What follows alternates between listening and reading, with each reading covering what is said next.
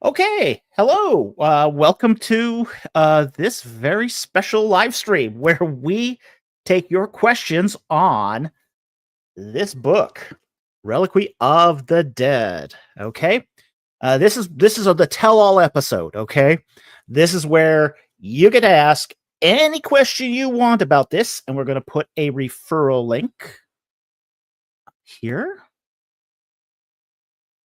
Okay, so you can join in. Let's see. No, that's not what I want. That's what I want right there. All right. Okay, and put that up at the top, pin that to the channel. Okay, so we're going to allow people to call in this time. Okay, so this is going to be really exciting. Now, for you who don't know about this, this is our first work of fiction. Okay, it's science fiction. Okay, and it's about a Egyptologist who goes to an alien planet to use his special skills to solve a agricultural blight. But in doing so, he encounters strange beings from the past. Okay?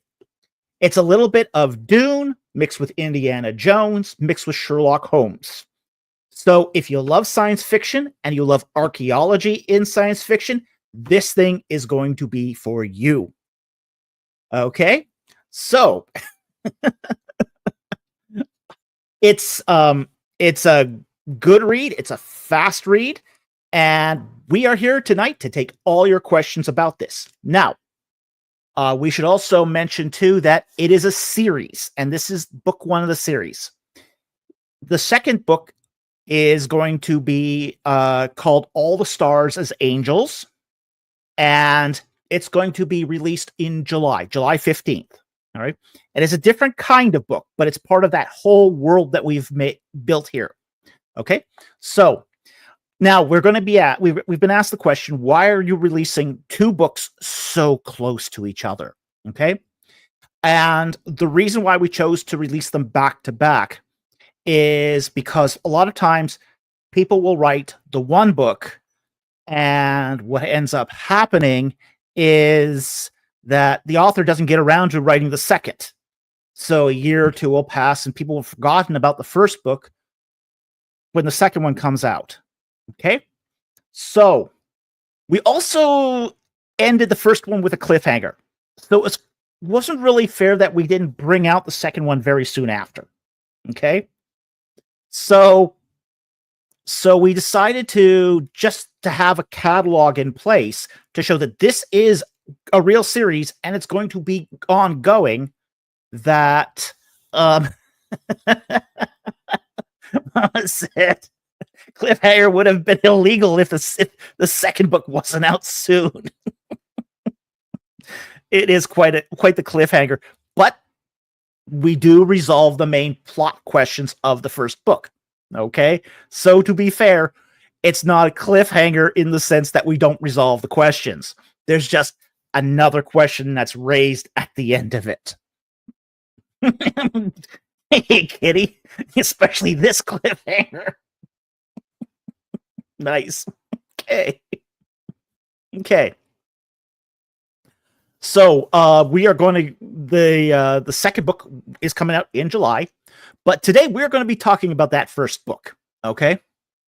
Now we did get a question from Harry Stark, and he asked, why did David decide on a 3-work series instead of a 4-work serial or a 7-work series? We never decided on a 3-work series. It's an open world. Okay. We actually have 2 more books after book 3. Book 3 is almost done. Okay.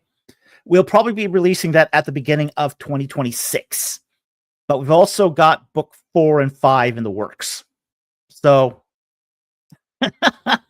Dossman, oops, sorry. Just don't pull a Half-Life 2 episode 2 on me. I can't do it again and wait 10 plus years. Don't worry, you won't have to wait 10 plus years. But yes, we've got 4 and 5 already in planning. In fact, I've even got the first chapter of book 4 written. Okay. So, yeah, this is going to be an ongoing series. Now, the next... The Wheel of Time. Oh, Blue Dog. You'll need at least 15 like the Wheel of Time. I hope better written than the Wheel of Time. I'm sorry. I just could not get into the Wheel of Time.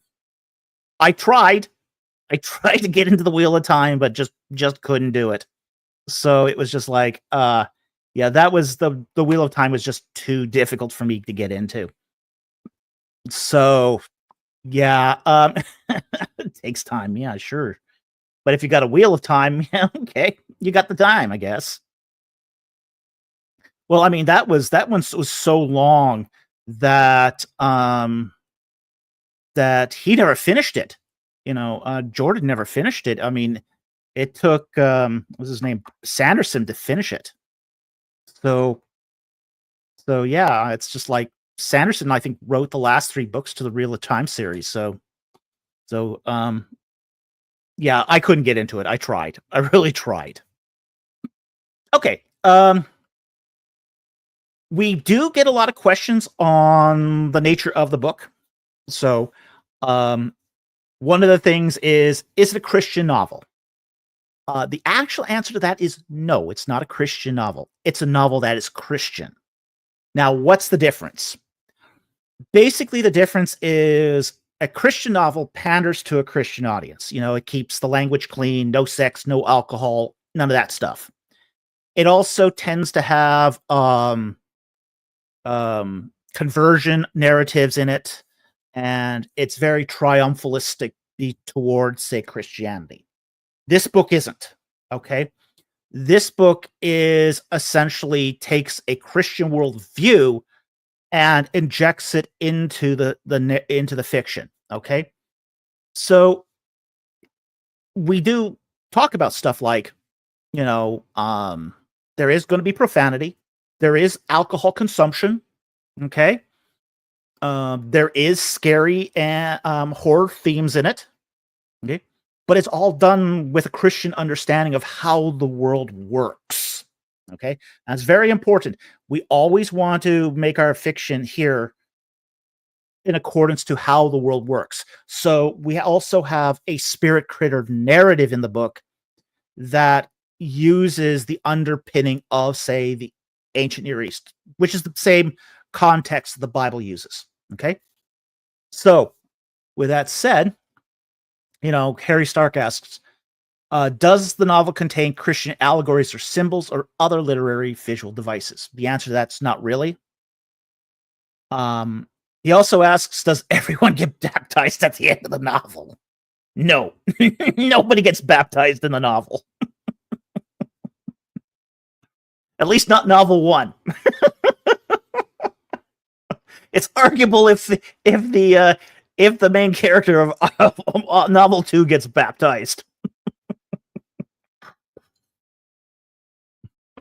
Dossman, that is the secret ending. Yes, so secret it didn't happen.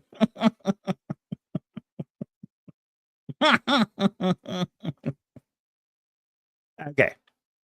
Oh, that's fun. Also, we also get frequently a question about the novel, which is the first chapter autobiographical? Because people see, okay, I'm writing about a Egyptologist who loses his dig and gets exiled to another planet, okay, another site, as it were. It's not autobiographical, but it is based on a real person, and that person was Pierre Montet. And Pierre Montet was a very interesting guy. He worked at Byblos in the 1930s, made a complete mess of the archaeological site at Byblos, got occupationally exiled from Lebanon, and went to Egypt to dig at Tanis. And when he was at Tanis, he discovered the 5 Third Intermediate Period royal burials there, the so-called silver mummies. Okay, so it's loosely based upon Pierre Montet's life, as well as that loss of a concession being given to somebody, a relative, that actually happened to a friend of mine. I won't mention his name, but it wasn't me. It wasn't me. It was one of Ken Kitchen's former students. So I happen to have the inside story of that and happen to know that that sort of stuff happens in the real world of Egyptology. So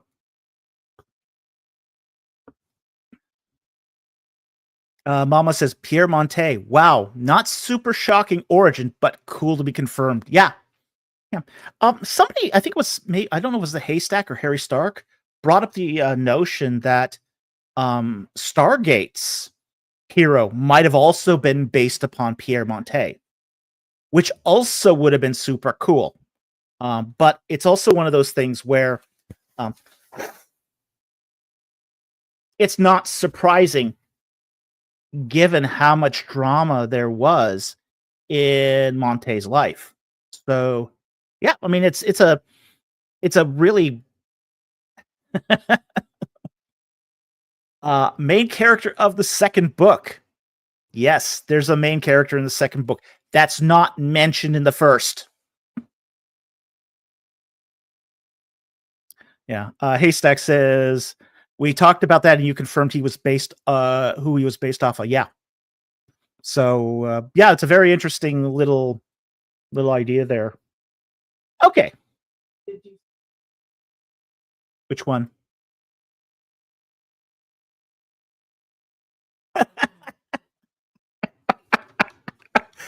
The Haystack. I opened the book to a random page, and what I read was, quote, a complete skeleton won't fit in one bag, end quote.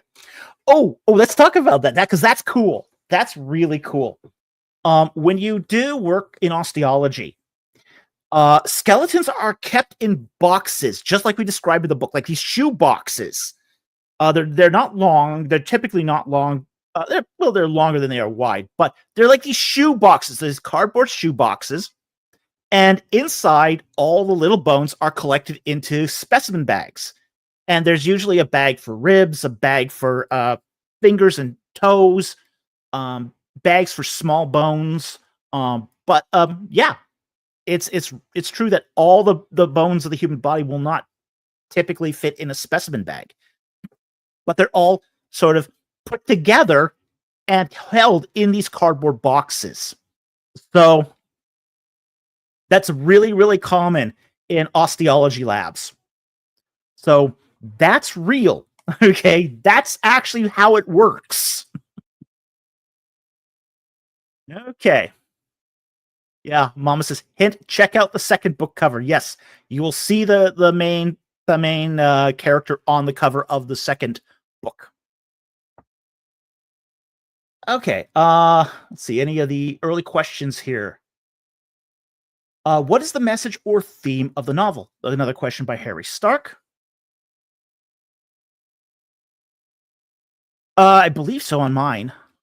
It should be visible on mine. We'll get to that in a moment here. Okay. And then once we get to these sort of these minor questions here, we'll go right into the other questions in the super chats. Okay. The theme of the first novel is personal redemption takes tenacity. Okay, that's the theme. We never talk about this theme. The theme is never explicitly said, but if you read it, Pierre has to over and over and over again show grit, show resilience, show tenacity to redeem his reputation. Okay, so that's the theme of the novel: is personal redemption takes tenacity. Okay. But there's a lot of things going on in the novel too. It's a novel that'll give you a primer on archaeology. Like, for example, if you want to learn about archaeology, how it works, but you don't want to read a dry textbook, this is the book for you. Okay. There's nothing dry about this, but it will also show you how archaeology works, how it works in the field, how it works in the lab, and it can be very informative. So it can give you gives you a sort of a primer on archaeology without an info dump, without a textbook, without an info dump, and all that stuff. Now, textbooks are fantastic, but sometimes you want to learn things in a more casual way, and this is a great way to do it.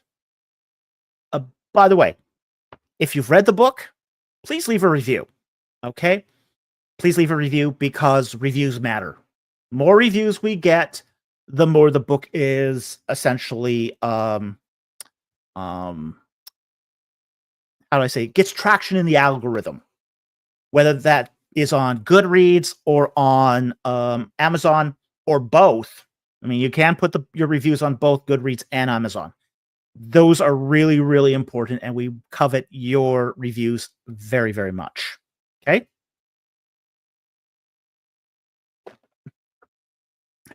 Mama, only thing dry is the humor. There is humor in the books. More so in the second one than the first, but there is humor in it. Haystack, that's exactly it. I will do that do a review this weekend. Thank you. We really appreciate that. Okay. Let's go on to the questions that have come in since those early questions there. I think we covered all the early questions. Okay, so we can take that down. Harry Stark asks, why did David choose the novel as the literary form over poetry or the play? Okay, the reason is because you can get expansive with a novel. If I did poetry, I mean, poetry won't. I mean, you can't teach archaeology with poetry. Again, I guess you suppose you could, but it would be like an epic poem like Homer. I mean, no one will read that. Okay. The other thing is, I'm a terrible poet. I'm a very good novelist. I'm a terrible poet. I just don't have that sort of compression of thought to do a very, very good poem. But I'm very good at writing fiction. So, because I've had a lot of practice doing it. Okay. And I didn't do a play because I'm not really into theater. And also, theater is probably not the best medium for this kind of work. Okay. Dossman.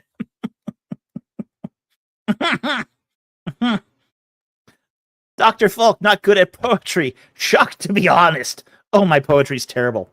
Terrible. Oh, so bad. Hey, you can't be good at everything. Okay.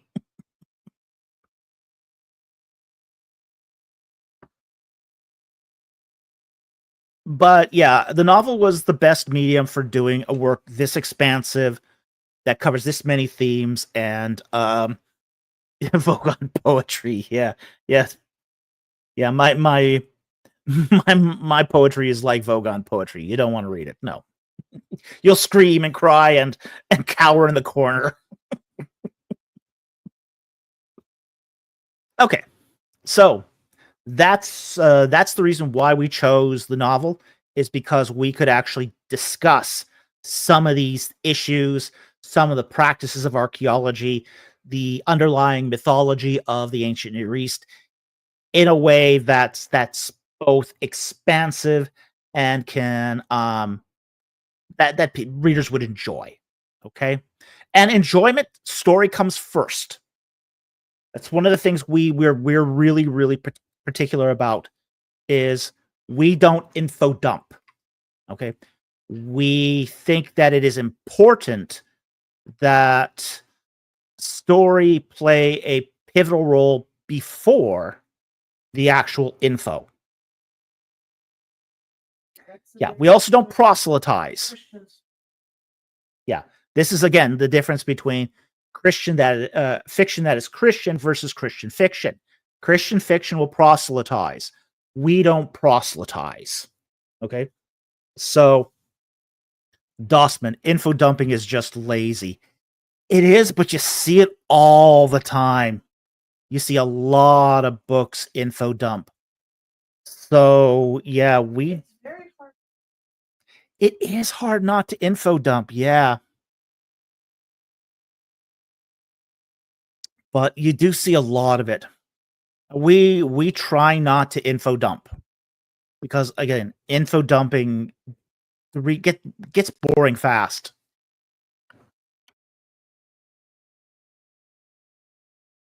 Mama goes, agreed. The info included comes from the story, not the story from the info. Exactly. That's what we try to do. Story first. Excellent fiction first. Then you weave the info into it as a natural outgrowth of the story. Okay. His character, the main protagonist's character, is an archaeologist. So you're going to have some archaeology in there. But it's not that the archaeology comes first and then we shoehorn the character in. So, Too Many Marys, is the book released now? Oh, yes. Yes, it's been released for a month. That's why we're doing this live stream. People have had now a month to read it, to formulate their questions about it, and come on here and come into the live stream here and ask their questions. So, and we're doing this in a way that sort of that people can even join us and talk face to face with me. So we do have the URL to the stream pin, so you can actually come in and we can talk. So, Dossman, really? It's only been a month? Yeah, it's only been a month.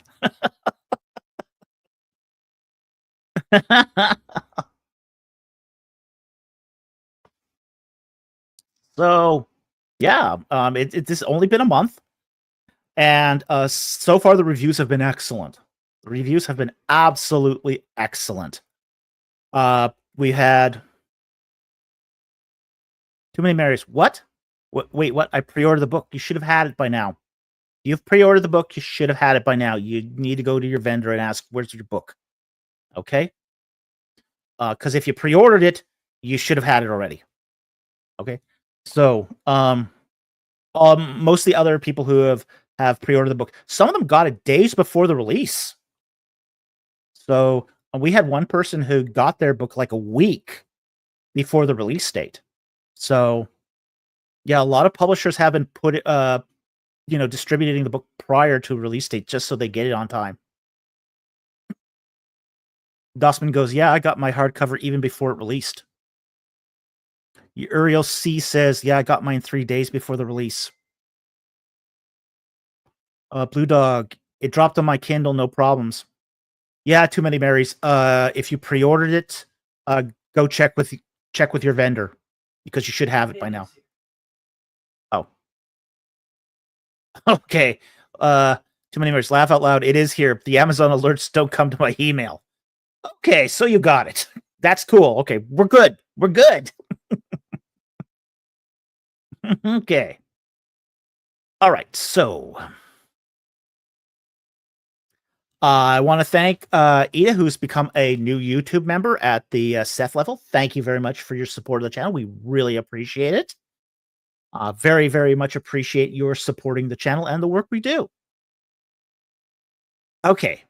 Dossman for $2. Now we're getting into the super chats here. What was your favorite non-main character to write? That would be Melissa. Okay. Melissa. She's the daughter of Hans Pohl. She's 13 years old. And there's one scene that I really enjoyed writing. Okay. She's born to the desert, essentially. She's a native of Greece, and she's born to the desert. So she's not like her parents in that she understands how to navigate the desert like one born to it. Okay? Yeah, what's a banana exactly? Yeah, she's the one that's what's a banana. Okay? She's also the one who is in the lab eating cookies while Pierre puts together the skeleton. Okay? Now, that scene is based on a true story. Okay? Except it's not Melissa in the true story. It was Mrs. Producer. Mrs. Producer joined me at the osteology lab to see if she could handle the sight of bones. And the instructor said, okay, that's okay, but she has to sit on a stool.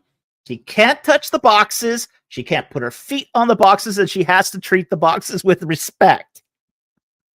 So those 3 rules that Melissa gets were the same as Mrs. Producer got when she joined me at the osteology lab. Okay? So that was a lot of fun to write. Okay, it was a lot of fun to write Melissa in this. So, in fact, most of the characters in the story were based upon somebody I knew at some point. Okay? I'm not saying that they're direct copies, okay? But they are inspired by people I have known. Okay? And Melissa was inspired by Mrs. Producer. No. At least that portion of Melissa was. For your last. What's this? Real. Oh, Uriel. Did Mrs. Producers have cookies on that occasion? No, she didn't. There's unfortunately no eating in that in a real osteology lab. Okay. Yeah, we did go to the pub afterwards, but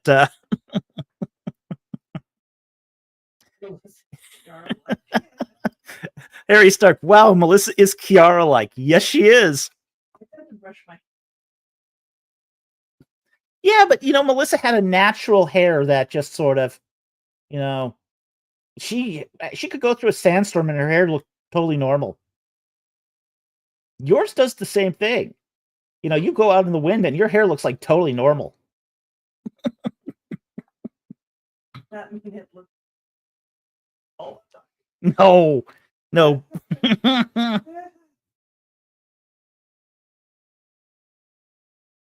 Mama, who inspired Chin and were they the worst person ever? Yes. Yes, he's inspired off of a real person. He's inspired off of a real person, and I'm not going to say who he is.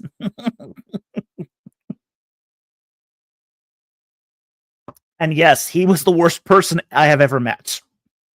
Okay?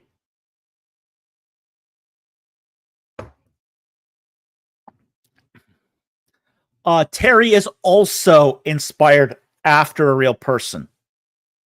Also not a great winner. Yeah. So she goes, wow. Mama says, wow. Yeah. Yeah. Those were inspired off of real people I've met. In that review we got, that critical review we got, it was mentioned that writers tend to psychologize after those that surround him. He goes, we must assume that everyone surrounding Dr. Falk is an a-hole.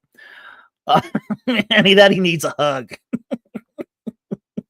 Well, I do need a hug, and I've been surrounded by a lot of a-holes. Okay. But yes, there was a real guy who inspired Chin, and a real guy who inspired Terry. Okay, I've known both those types of people. Okay, next one here. Next question here was from Andrew Guler. Why was the Kindle version created without a table of contents? Because I don't know how to do a table of contents for a Kindle edition. We didn't know that Kindle editions came with table of contents. We did the same practices for Kindle that we did for, say, the regular book. On the regular book, the print book, you've got your opening page, your dedication and copyright page, and then it just gets into chapter 1. This is very normal for fiction books. Okay. Fiction books don't generally have tables of contents. So we weren't aware of how ebooks work. Neither of us have a Kindle. We've never used an e-reader We got essentially a kind of pad that we sometimes use for e-reading, but it doesn't support Kindle. So, I mean, what we have for pads is, these old Samsung pads, okay? But that's not a Kindle, and so we do most of our e-readings off of PDFs.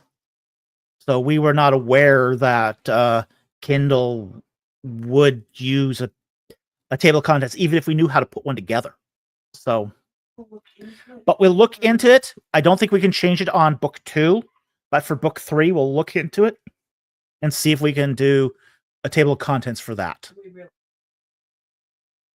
Yeah, we do now. Basically, now that you've mentioned it, people may use it as a kind of bookmarking, but we weren't aware of that. Okay, so apologize for that, but that was not something we were aware that was. And frankly, Ingram Spark doesn't require a table of contents, so for us, it just wasn't. It was a blind spot. We didn't see it. So sorry about that, but we'll try to do that. Huh? But no. Yeah, it's good to know, and thank you for letting us know that would be something that would be desired. Okay, next one here, AT Ministries for $1.99. What was your inspiration for the book? The inspiration for the book was just that I wanted to write about archaeology, how it would look like in the future. That was the inspiration for the book. And so it was more along the lines of, okay, this is sort of the archaeology book that I wanted to write to reach the masses. Okay. Now, most of you guys on my channel are very well read, very well educated, smart, sophisticated, good looking. The cream of the crop of YouTube. Okay. But we also wanted to reach people who basically don't gravitate to textbooks. Okay. Is that gonna make me blush?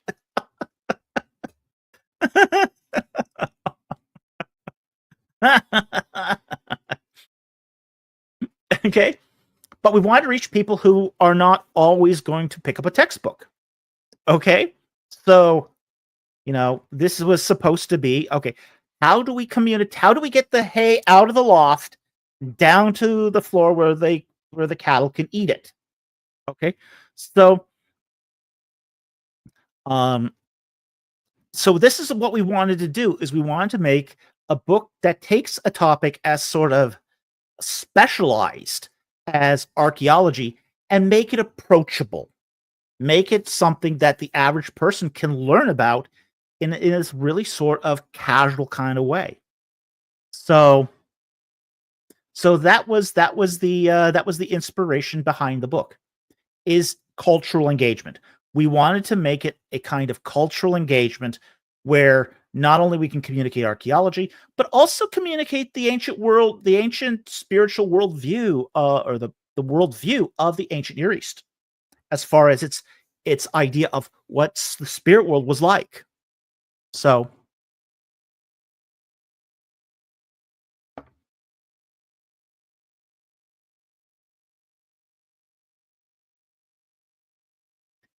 BC, will this stream have a foodie section? Let's have the foodie section. Food in space is terrible. Rubber shrimp.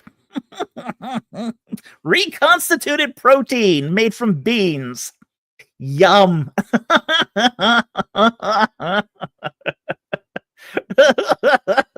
There's your foodie section.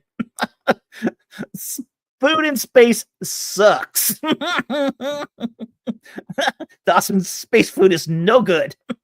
Well, let's address this. I mean, all they basically is. Yeah, that's. I mean, this colony can only grow beans. Okay. They're taking those beans and making synthetic protein out of it. Kind of like those synthetic not real burgers that you can get today. So, Yeah, there is no blood when you. yeah, there's no blood when you cut into the steak. The pasta sauce is yellow. No potatoes. No. The only time you take a pile of Sinaica apologist. Sinaica's apologia, sorry. No potatoes. Those guys go everywhere. Not on Gleese. Potatoes don't grow on Gleese. And that's the problem. Nothing is growing on Gleese. That's the core problem. Osman says, I'll be staying on Earth, eating camel, and drinking Haritos.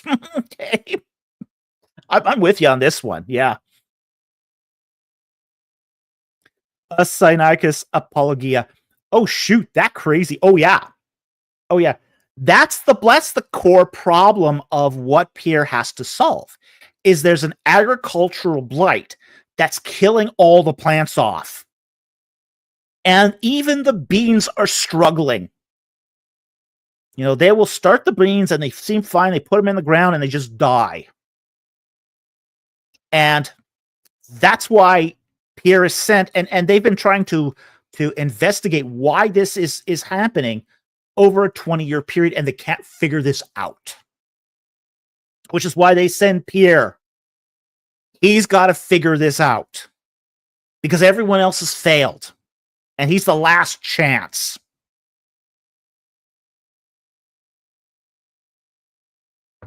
So potatoes aren't growing. Cabbage isn't growing. Lettuce isn't growing. Beans are struggling badly. And even they're failing. Yeah. Haystack. Pierre equals Dr. Pink Panther, I guess. Yeah. BC, bean shortage won't affect authentic chili fans, though. Yeah, but your chili there's no spices. Synthetic protein. Ugh. Ugh. No taters. And the shrimp is pressed jellified protein. Colored pink. And that's if you don't get the that's if you don't get the the GNC, the gelatinous nutrient conglomerate.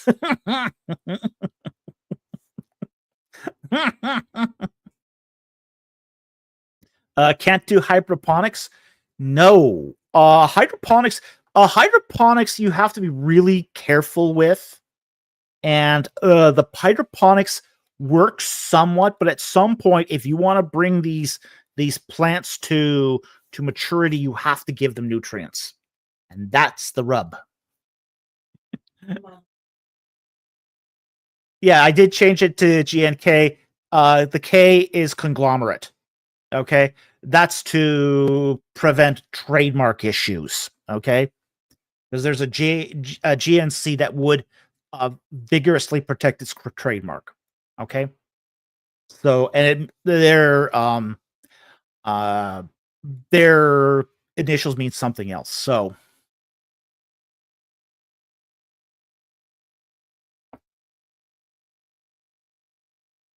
Kiara says, "Oh yeah, makes McDonald's look gourmet." Yeah, it's disgusting. Yeah, food in space is disgusting. Really disgusting. So, yeah, it's There are people. Oh yeah. There are people out there who eat Soylent Green too, but we won't get into that.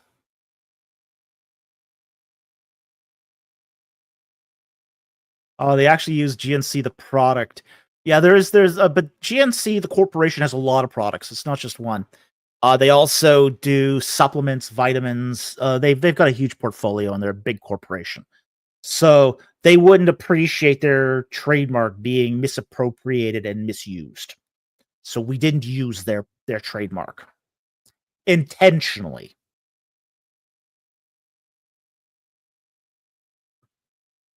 Okay, so that's the foodie section. Really, really nasty food in space. As I said, it's kind of like what's that fake meat called? Um, and that you can get burgers on today. Oh, Yeah, but there was one in particular. there's almost meat. Almost meat. Yeah.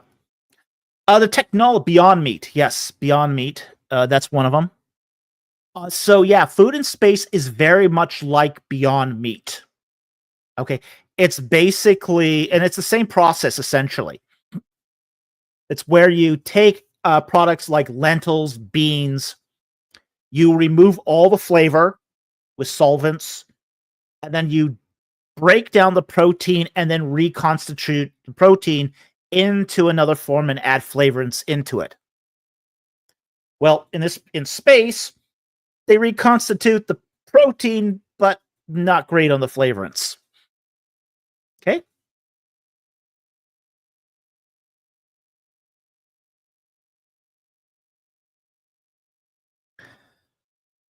Good question here. Dossman asks, are weapons in the colony reused older Earth guns or more sci-fi?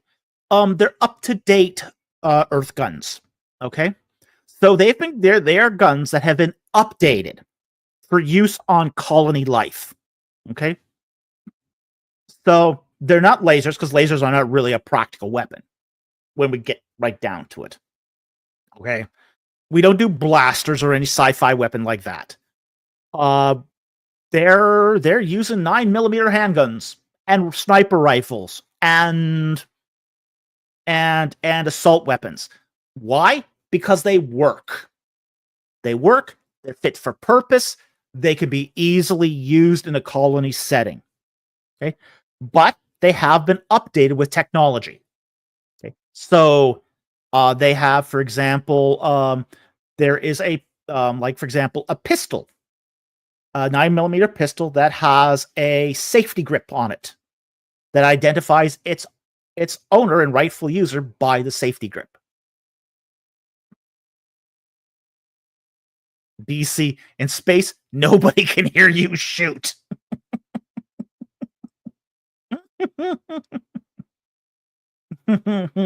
I guess so. Okay, next question. We'll take the next super chat here from AT Ministries. What was, for 199, thank you for the super chat. What was the writing process timeline like? Okay. Very, very different than what how I'd normally write. I wrote the first 3 chapters of this in 2018. Okay. Wrote the first 3 chapters in 2018, and then I just forgot about it. And went on and worked on other projects, like the Ark of the Covenant in its Egyptian context. So I did the book start in 2018, forgot about it, and then in late 2024, I picked it up again and I read through it and go, the first 3 chapters, and said to myself, this is actually pretty good. I really need to finish this. So I took about 3 months to write the remaining book, and it was ready for publication in very early January. Okay. So, and which is a fortunate thing that it came out in early January, because it was also coincidentally the time my father died too. So,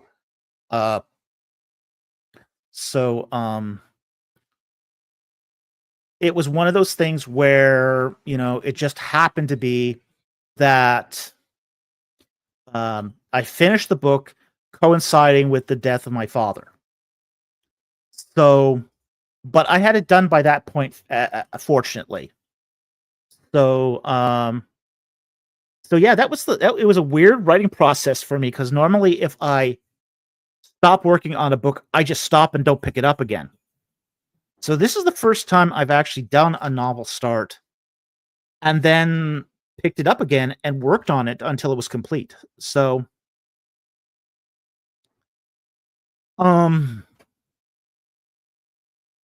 will take that non-super chat next here. Christian Mouse asks, is there the possibility of an Audible release? Okay. A couple things are going to inform that decision. Audible editions are really expensive to produce. They're difficult to produce, and Audible has reduced the royalties on the Audible version. Okay. So unless the print version does really, really well, I mean, sell a lot of copies, it's not going to be financially feasible for us to do an Audible version. Okay. Now, that doesn't mean we'll never do an Audible version. Somewhere down the road, let's just say the whole series takes off and it becomes a best-selling book, at least as far as Amazon goes, or, Ingram Spark goes. Then we'll consider an Audible release. Okay. Mama says, because Amazon is not greedy enough. Exactly. Yeah, exactly. Yeah, I believe Audible is owned by Amazon. Yeah. So yeah, they cut the royalties again on Audible. So for a $5 Audible release, you get like something like 50 cents. Yeah, it's the royalties on Audible releases is terrible. Really, really bad. It's really bad. And as I said, doing audiobooks is expensive. Really, really expensive. It's time consuming. It's difficult because the file has to be of a certain specifications. Yeah, it's grotesque how really bad Audible releases are. So we are willing to do an audio book, but it has to be a good business decision, as well as something where we are going to somehow make that money back. Now, as I said, if the print book does really well, we might be able to bankroll it. Okay. But the print copy would have to do really well. And so, and in which case, I might read it myself. I might do it myself, but it's still, that takes a lot of time and it takes money, and it's difficult to do an audio release that's within specification. So Christian Mouse goes, oof, that sucks. Typical of Amazon. Oh yeah. Oh yeah. It's typical, very typical about Amazon. And Amazon really controls the whole publishing industry, how much you get.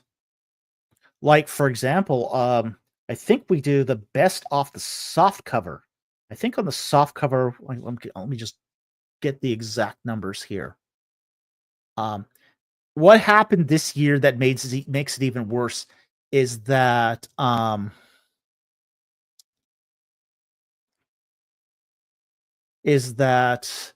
Amazon increased its mandatory discount. Okay.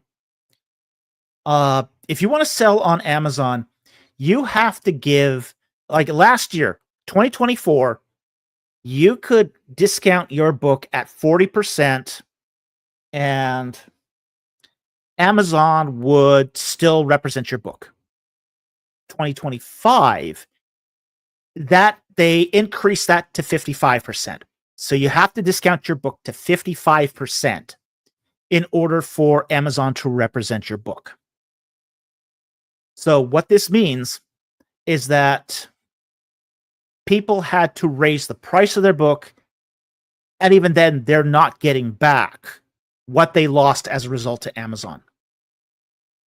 Like, for example, a softcover book in 2024, you could sell that for $15. and get $3.48 compensation. That's under the 40% discount. Well, this year, with that 55% discount, most authors have had to raise the cost of the price of their book to like $18. And even then, they're getting only $2.54 out of that. And that's the best case scenario. You know, a hardcover, we get $1.57. Ebook, it's even worse because Amazon takes 75%. Yeah, they put nothing into it, and they're taking 75%. So we get $1.27 on every ebook.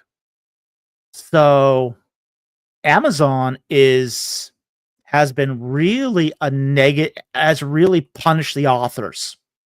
You know, and they always use the same excuse, is that they need to cover their infrastructure costs. Well, those infrastructure costs are raising the price of books and giving the authors less. On average, your typical book today costs about 30% more than it did the same time last year. But the authors are making 20% less. So, yeah, that's right. I get $1.57 out of $30. That's exactly what it is. Yep. And you can thank Amazon for that.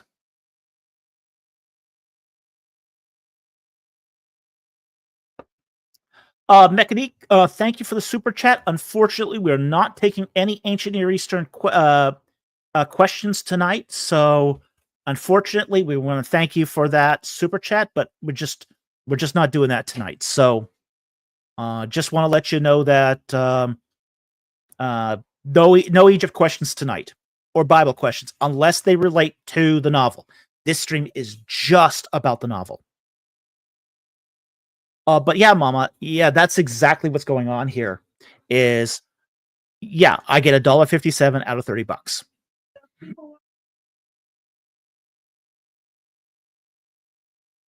Yeah, so if you want to compensate the author, the best way to do it is through, say, PayPal or super chatting us or super stickering us, because it's never been harder to.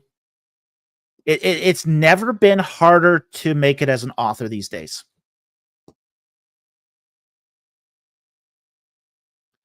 Okay. Sinaiacus Apologia makes me not want to write a book. Yeah, it does, actually. But, this is true of nonfiction, too. Like my Ark of the Covenant book. I make $2 per book. That's it.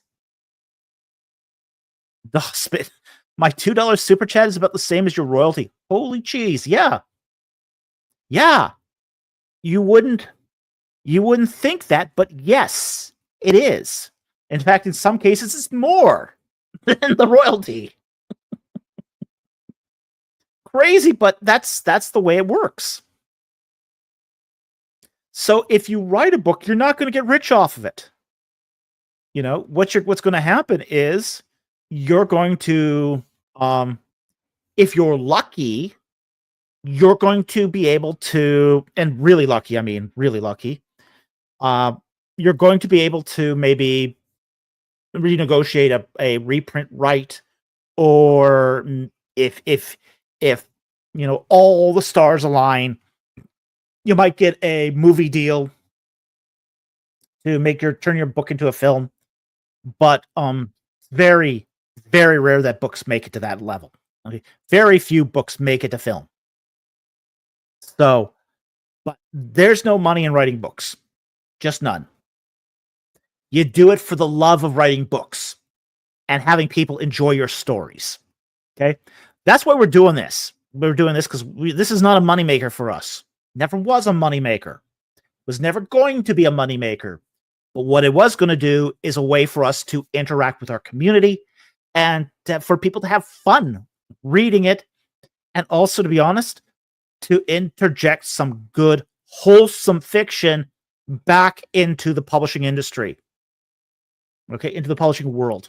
I mean, not the publishing industry. They're dead. I mean, the publishing industry is just morally bankrupt. Okay.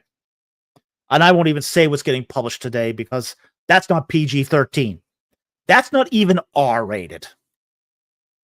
So we didn't want to write that kind of fiction. We wanted to write something that's good science fiction, that's wholesome, that people can learn from, but also, be inspired by too. Okay. Next super chat here is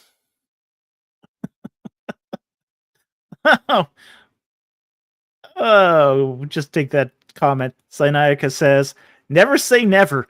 Annihilation got its movie deal before it was even published." I don't know who published it, but he must have had an agent. Okay. I don't have an agent. All the agents told me that there's no market for male white voices. So I did this in just so many words. Okay. Yeah, I thanked her for her honesty. But it told me that the traditional publishing route was not going to work for me. Just because of things I can't change, like my gender and skin color. Okay? But yes, I had an agent tell me that male white voices, there's no market for that. So, yeah, that's... Sonaka says, that's actually nuts. Yeah, well, welcome to the publishing industry, the modern publishing industry. This is true across the science fiction, fantasy, publishing genre, across the board.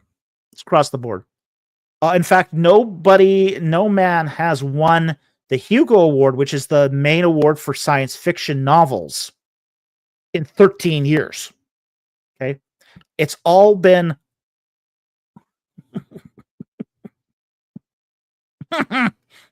DC, Sir Falk is straight, white, male, and Christian. Hiss.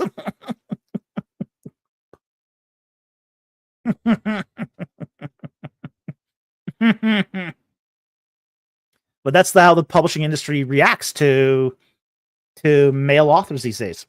It's that bad.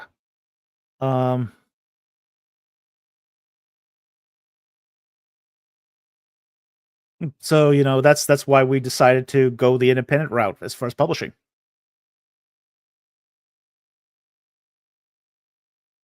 Mama says, "Yeah, the stuff filling the shelves these days is depressing. Oh, it's bad. Yeah, just go to a Barnes and Noble and look at the fantasy shelf. It's bad. Oh, or the new adult section or young adult section. Oh, nasty stuff."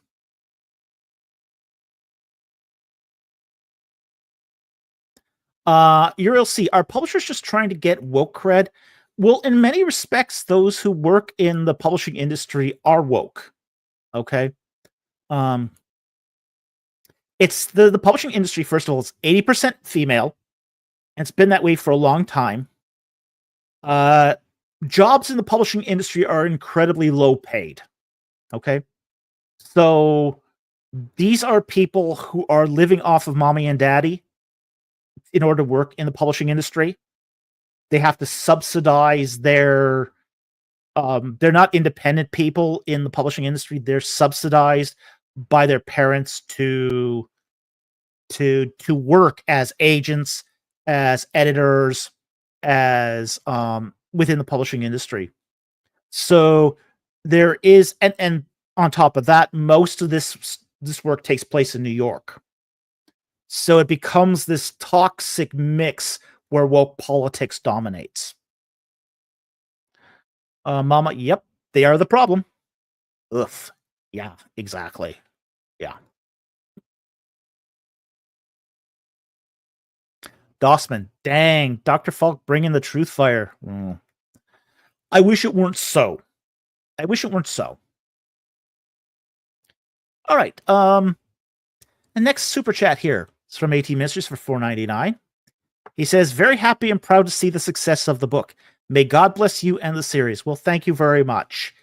The reviews have been excellent. Across the board right now, the reviews have been excellent. We could always use more reviews. More reviews, the better. Okay?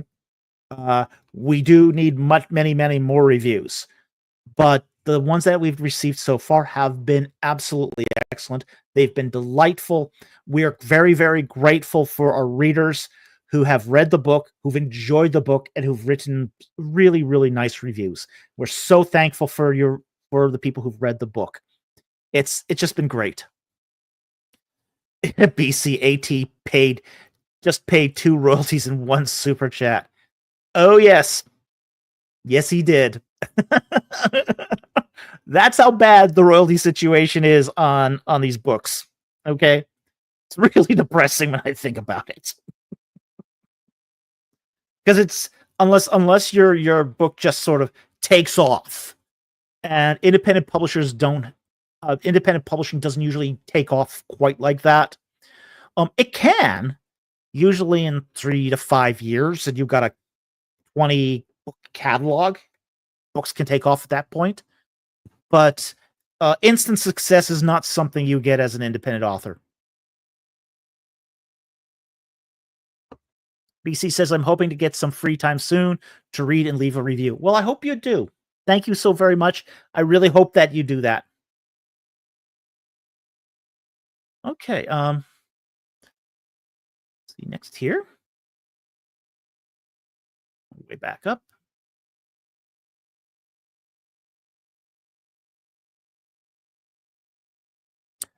Okay, next one here is a member question from Mama. Thank you for the question. What gave you the idea that Gliese 832c has no tectonic plates?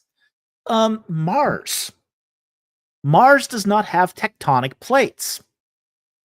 In fact, it's looking like tectonic plates are actually unusual for planets. So, given that they're unusual for planets, it was sort of an easy decision to make Gliese without tectonic plates.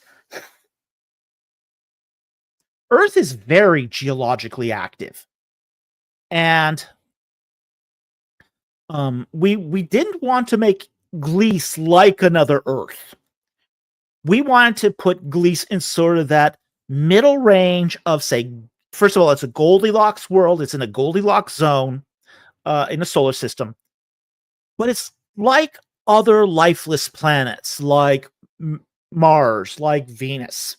Okay, we didn't want to make it like Venus because that Venus is a hellhole. Okay, okay, Venus is a hellhole. But we kind of wanted to make it sort of between Mars and Europa. Okay, Europa has tectonic plates, but they're not that active. But it also has a lot of water too. So we wanted to say a desert world that had some water under the surface. So in that respect, like Europa, but more like the surface of Mars, that sort of desertish surface of Mars. Okay, a planet that once had water, a lot of water that went underground. We wanted we chose a super planet here, a super Earth. Gliese 832c is 5 times the size of Earth, so it has that super Earth status. So it has a better, more robust atmosphere than Mars.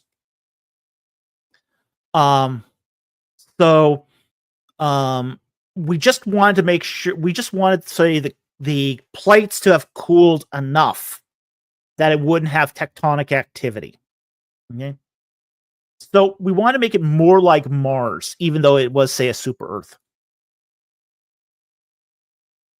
Ariel Siegs, Gliese is a super Earth, so the interior should be more than hot enough. Yes, and that's the reason we wanted super Earth too, is because having an internal core temperature that's high enough also means you have a good ionosphere. And if you have a good ionosphere, you have a good atmosphere. Because of the ionosphere is what holds your atmosphere to the planet. The problem with, say, Mars is it's really cool right down to the core. So even though there's some geologic activity in the core and some heat in the core still at Mars, the magnetosphere is not strong enough to hold the atmosphere. And where did I get this from? This information. I had a long conversation with an astrophysicist who worked on the SETI project. And he told me all about how atmospheres are retained by planets. So, and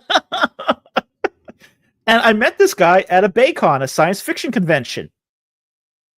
And he was there. He was pitching the SETI project. I mean, he was already in his 80s. He was a science fiction fan, but he was also an astrophysicist. A real smart guy. Really smart. A little strange, but really smart. But smart enough to tell me how planets retain their atmospheres. So, BC nerd alert. Yeah, well, that is we're talking science fiction today. Okay. And wow, she could talk to scientists. Yeah. Yeah, I mean, yeah, okay. Dossman, he's at a sci-fi con. Gotta be a little strange. Dossman, nerd. Yeah, but you know what? Going to these places allows you to talk to people you would never meet at the grocery store.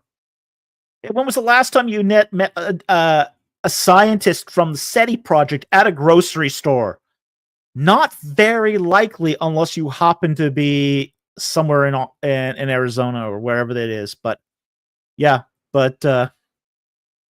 yeah, your chances are never. Exactly. So, science fiction conventions, at least the old ones, used to be really great for this. You could meet people from diverse backgrounds and get their views on certain things like this. So, Mama says, I am enjoying having it confirmed how much thought I figured you must have put into this, because it's just so well written scientifically. Well, thank you. Thank you. Sinaga says, meeting someone from SETI is pretty peak. Oh, yeah. Oh, yeah. It was really fun. As I said, I had a half-hour conversation with this guy at a room party. So, yeah, it was fantastic. It was really fun. So, Dossman, if I had a nickel for each time I met someone in public like that, I'd have no nickels.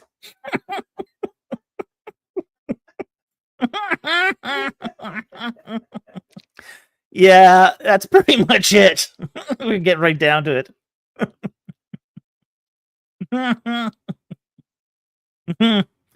AJ Higgins, composer, alien core for Egyptologist moment. Yeah. So, I mean, yeah, that's how we determined that Gliese 832c had no tectonic plates, but a strong atmosphere. We determined it was, when we did the research for it, we determined it was a super Earth. We discovered it was a super Earth. So we could make that supposition that it had no tectonic plates, yet a strong internal hot core that could maintain a robust atmosphere. So that's how we determined that. BC, we'll take this non-super chat here. Will there be spoilers? Yes, there'll be spoilers. Why will there be spoilers? Because one of the things they've done studies of this. Okay, I don't mind spoilers when I talk about my books. A lot of authors do. I don't mind spoilers. Here's the thing: studies have, and they've done tons and tons of studies of this. They've discovered that when people know spoilers, they enjoy the work more, not less. And it's not by a small amount. It's like 80% of people who learn the spoilers enjoy the movie or the book more. It's crazy. You would think it's the opposite, but it's not. And it's only like something like 10% people who say if they get spoilers, it ruins it for them. And it's really a weird thing, because it's like, okay, they now know where the book or the movie is going. There's no doubt, no anxiety, and they can just read it and enjoy the content. Because you tell them something about what's going to happen in the book, and they're going to go, "Ooh, what role does this play in the book?" Like, for example, we've dropped the spoiler that there's a 9mm pistol in the book. Now you're going to want to know how it's used, okay? Because of Chekhov's gun.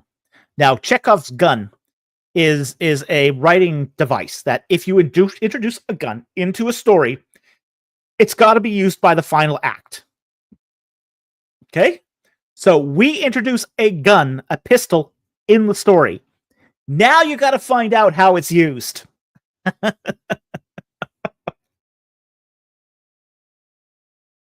Okay? And it might not be what you expect. Okay.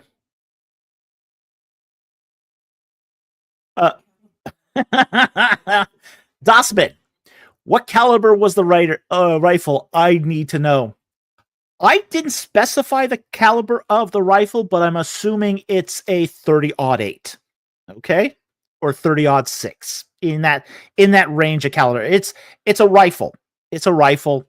A sniper rifle with a scope. But yeah, it's we don't specify the caliber, but we're thinking along that lines. So a reasonable sniper rifle.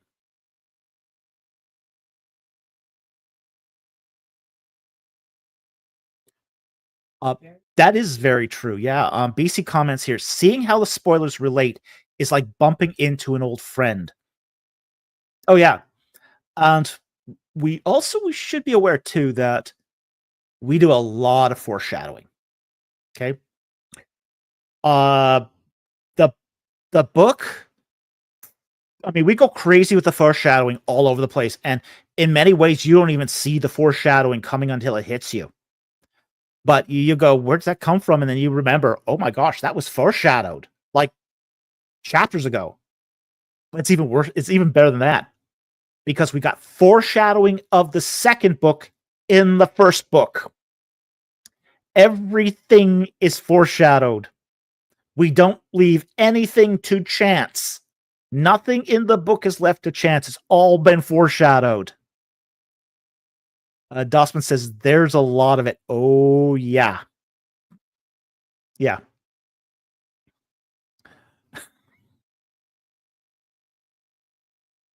Mama says can confirm. Oh, yeah. We go crazy with the foreshadowing. And as I said, even the second book is foreshadowed in the first. That's one of the advantages of writing two books at the same time. And of course, that's what we did was we wrote the first book and the second book at the same time. So we could get that foreshadowing from the that would apply to the second book into the first. And the second book also foreshadows the third book. So there's a lot of foreshadowing in the book. Mama says, very rereadable. Thank you. Vish asks, Dr. Falk, are you a writing gardener or an architect? How do you make believable characters? Am I a gardener or an architect? Probably more of a gardener than an architect. I'm what writers would call a pantser, okay, as opposed to a plotter. I don't plot everything ahead of time. I want to find out the story just as much as you do. So I discover the story as I write it. As when I get that aha, okay, this is where the book is going, that I go, ooh, okay. Then it goes into several rewrites. Okay. How do I make believable characters? Is I give a motivation. Every character in the book wants something. Every character. Every character, without exception, wants something. Dormant. Why is he a dormant? Yeah, if you have a doormat, why are they a doormat? Okay. Brian wants his systems to run and do his thing in the book. Gardner wants to manipulate his staff and maintain power. Everyone in the book wants something. Okay. Pierre wants personal redemption. Alicia wants to fit in and become part of the colony. Everybody wants something in the book. Everyone is motivated.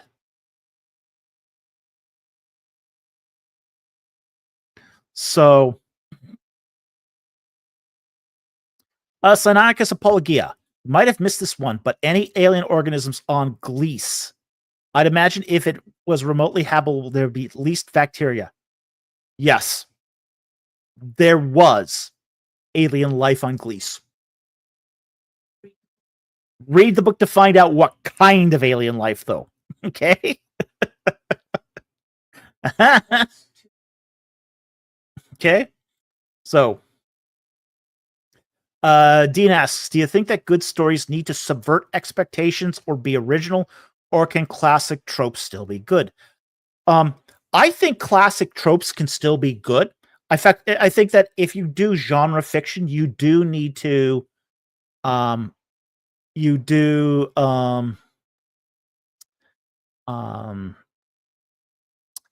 need to be aware of the tropes of your genre. I think you need to appeal to the tropes of your genre. Your reader's going to expect you to do tropes. Absolutely. So I think it's important for you to understand the tropes of your genre. And every genre has tropes. Okay? That doesn't mean you can't subvert expectations or be original. But it does mean that you are, say, confined. Okay? You can decide. You know, it's kind of like, think of it this way. Tropes are like the little picket fence around your house. You can be as original as you want within the picket fence. I mean, you can paint your house blue, purple, green, stripes. You can put pink flamingos on your lawn, or basically turn the flamingos into vultures.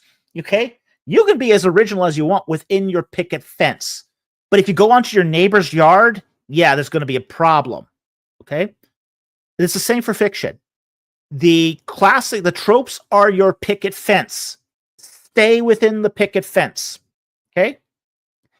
With that said, you can be as original as you want within the confines of your genre. But if you go outside of those confines, then the readers get really, really upset. Because what happens is you start going outside of your genre, and your genre work changes genre. And that's the problem. Okay? So, yeah, definitely you can be original within your tropes, but stay within the tropes. Okay, let's go to the next super chat here, because we do want to make sure we honor them all. Okay, next super chat here is Mama for $2. Thank you for the super chat. Hey, worth one royalty right there. And she asks, did you always plan to end with a big cliffhanger? Yes. Okay. Every book, I pretty much know how the book is going to end by the time I get at least 50% to 3/4 of the way in. Okay. Once I know how that book is going to end, I know what the final sentence is going to be, or something close to the final sentence. Okay.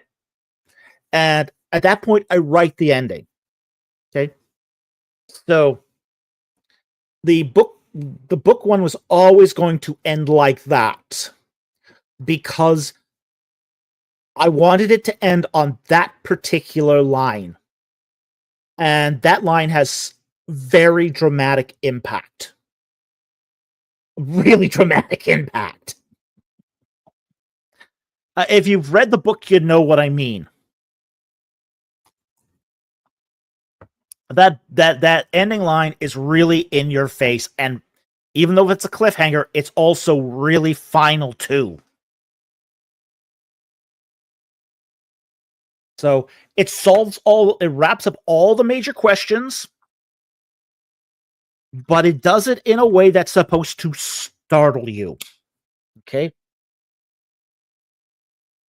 it's supposed to disturb you. It's supposed to be abrupt. And Mama says, gotcha. Mama says, heck yes, it does. And Osman says, it is, yeah. Yeah, it's supposed to make you queasy at the end. So, but yeah. We don't do that with every book, okay? We don't end every book that way. I want to be clear about that.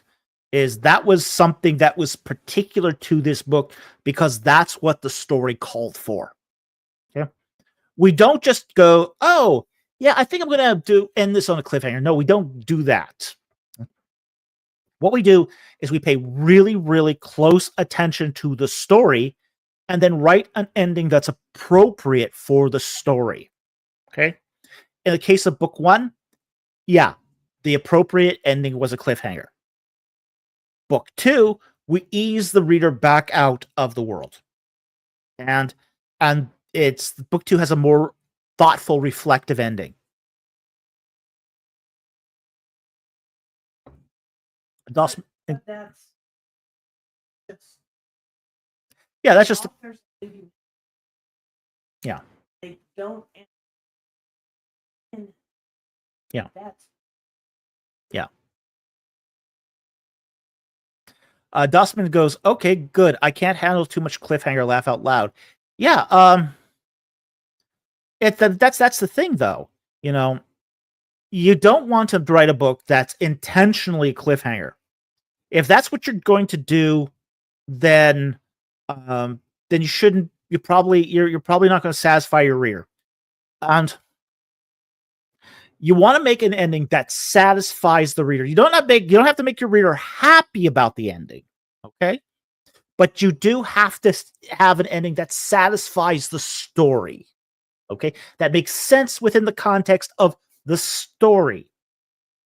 And the cliffhanger in the case of book 1 satisfies the story. This is why we don't set out to do cliffhangers. We don't set out to do any particular kind of endings.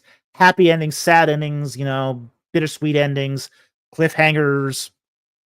But, we want to do endings that are story appropriate. So that's one of the things I always say to my beta readers is the ending story appropriate? In this case, the Mama says, I loved and hated it, but I only hated it because I wanted more. More.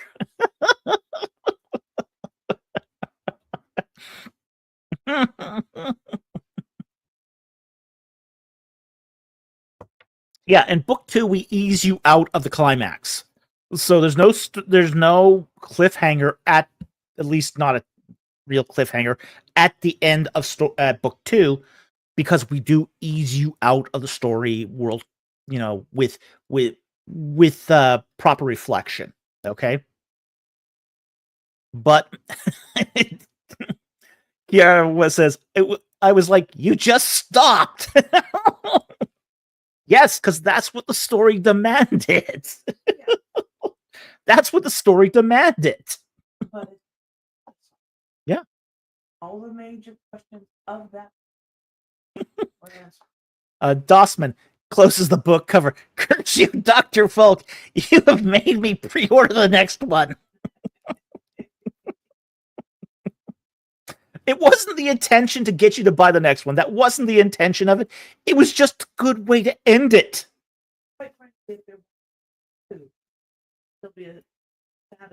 Yeah, if there wasn't a book 2, it would still be a satisfying ending. And the reason why is all the major story plots have been answered. We've answered all the major story plots. Okay? The open question at the end is going to be more what happens to the characters.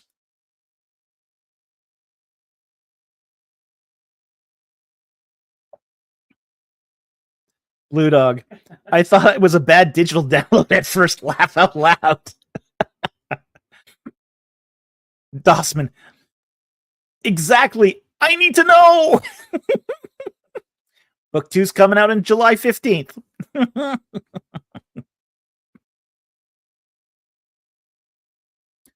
Dean asks, planning on making my book series soon. You wrote 2 books at once. How many do you recommend as a limit? 2. 2. I wouldn't write more than 2 books at once. It's too difficult. And you get into sort of the Brandon Sanderson problem. You want to make sure. Yeah. Writing a series is tricky too. And risky. Okay? It's really risky to do, because if people hate your first book, you've just wasted a lot of effort on book 2. Okay? Because if people love your first book, the same people who bought book 1 are going to buy book 2. But if your first book does not satisfy and people don't like it, and there are a lot of series that begin with books people hate. And what happens in the sales then is, because, yeah, you might have gotten a few people who like your book 1, but maybe 10% of those people who bought book 1 will buy book 2. And then book 3, you might get another 10th again. So you really have to make sure, if you do 2 books at the same time, that they are really, really solid, good books. If they're not good books, you run the risk of a series that goes nowhere. It goes nowhere as far as nobody reads it. So, really important that if you write a series, it's solid, it's good. This is why I always sort of recommend that people don't write series when they first start as authors. What I always recommend people do when they are beginning authors is write at least 3, but preferably 5 or more standalone novels, because they're not going to be good. Your first 3 to 5 novels are going to be garbage. Okay, that's the reason why you're writing those first 3 to 5 novels, is to work on you as an author. Okay, you're developing yourself as an author. This is like a concert pianist. Okay, a concert pianist doesn't just learn to play the piano and then get up on a stage. Okay, he practices over and over and over again for 20 years.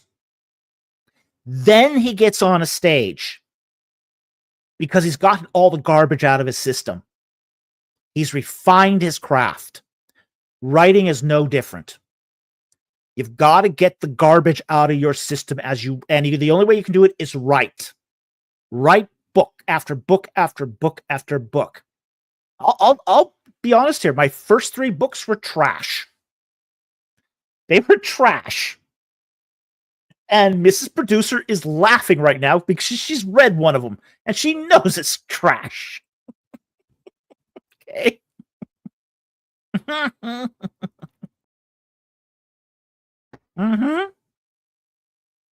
So you have to.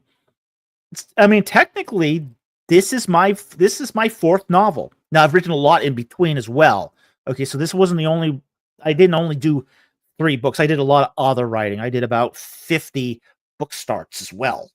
Okay. Dossman says, "Hope I didn't waste my best idea." Laugh out loud. Don't worry about that. Honestly, use your best ideas right now. You'll find that ideas are cheap. Yeah, my producer just said ideas are a dime a dozen. Ideas are cheap. Developing an idea is expensive. Okay? You can have the best idea in the world that's poorly executed, and the worst idea that is phenomenally executed. Okay? Hey, you want a really terrible idea for a book?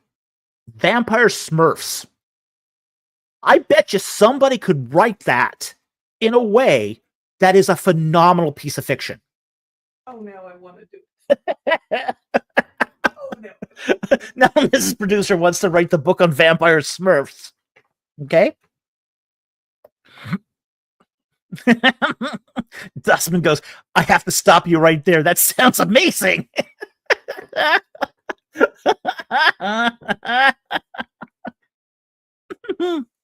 It's a French samurai, yeah.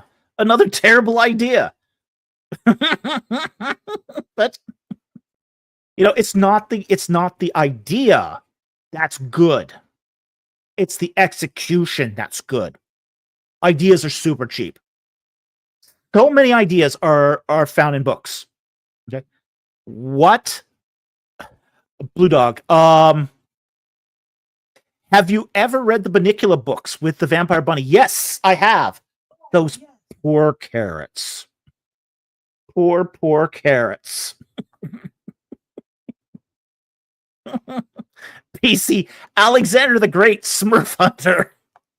Yeah. Terrible ideas can make really good books. Pride, Prejudice, and Werewolves, I think it was called. Terrible ideas for books that are very well executed. Abraham Lincoln and vampires. That's great idea. Horrible movie. Yeah, horrible movie. But yeah. Yeah, so don't ever worry about wasting a good idea. Okay? Because frankly, you'll get better ideas going along. Okay? You will get better ideas. The more you write, you'll decide, okay, yeah, maybe this is not good idea at the time. And then you'll sit on it and ruminate on it and you'll go, but I can see how I can turn this into a piece of good fiction. That's the craft. But what you got to do first is get the garbage out of your system. Get the bad writing done with. Gina used to say, she wrote the Clan of the Cave Bear series.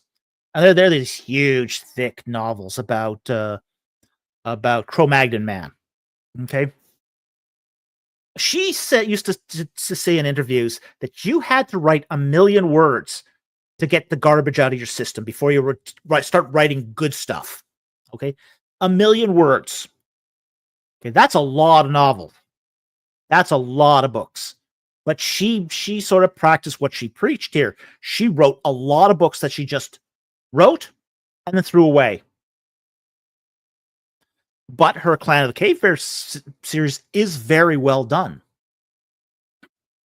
So, yeah, write your best ideas now. Write your best ideas now, and you'll see that it's not the idea. It's the execution. So, yeah. Using your best ideas now is not a waste. It's a waste. You can't waste an idea because they're so cheap. They're the pennies and nickels of publishing currency. Okay? Good execution, good writing around ideas, that's the gold. Okay. So I hope that helped. Go back to the super chats here.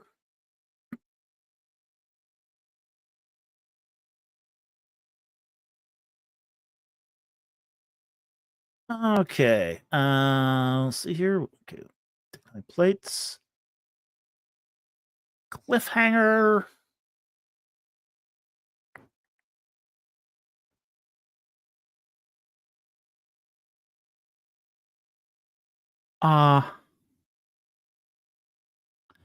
Ooh. Go back here just to make sure I didn't miss it.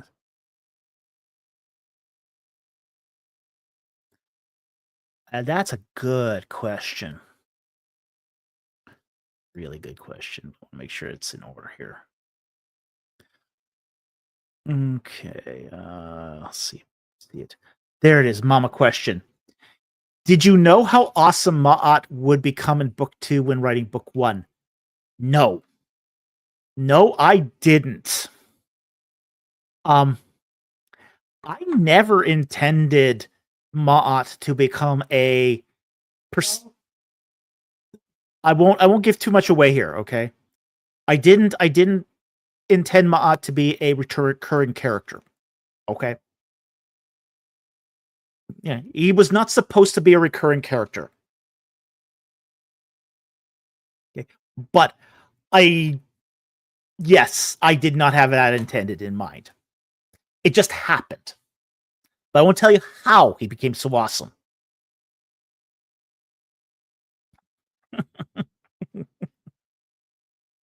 So, bit of a spoiler for book 2, but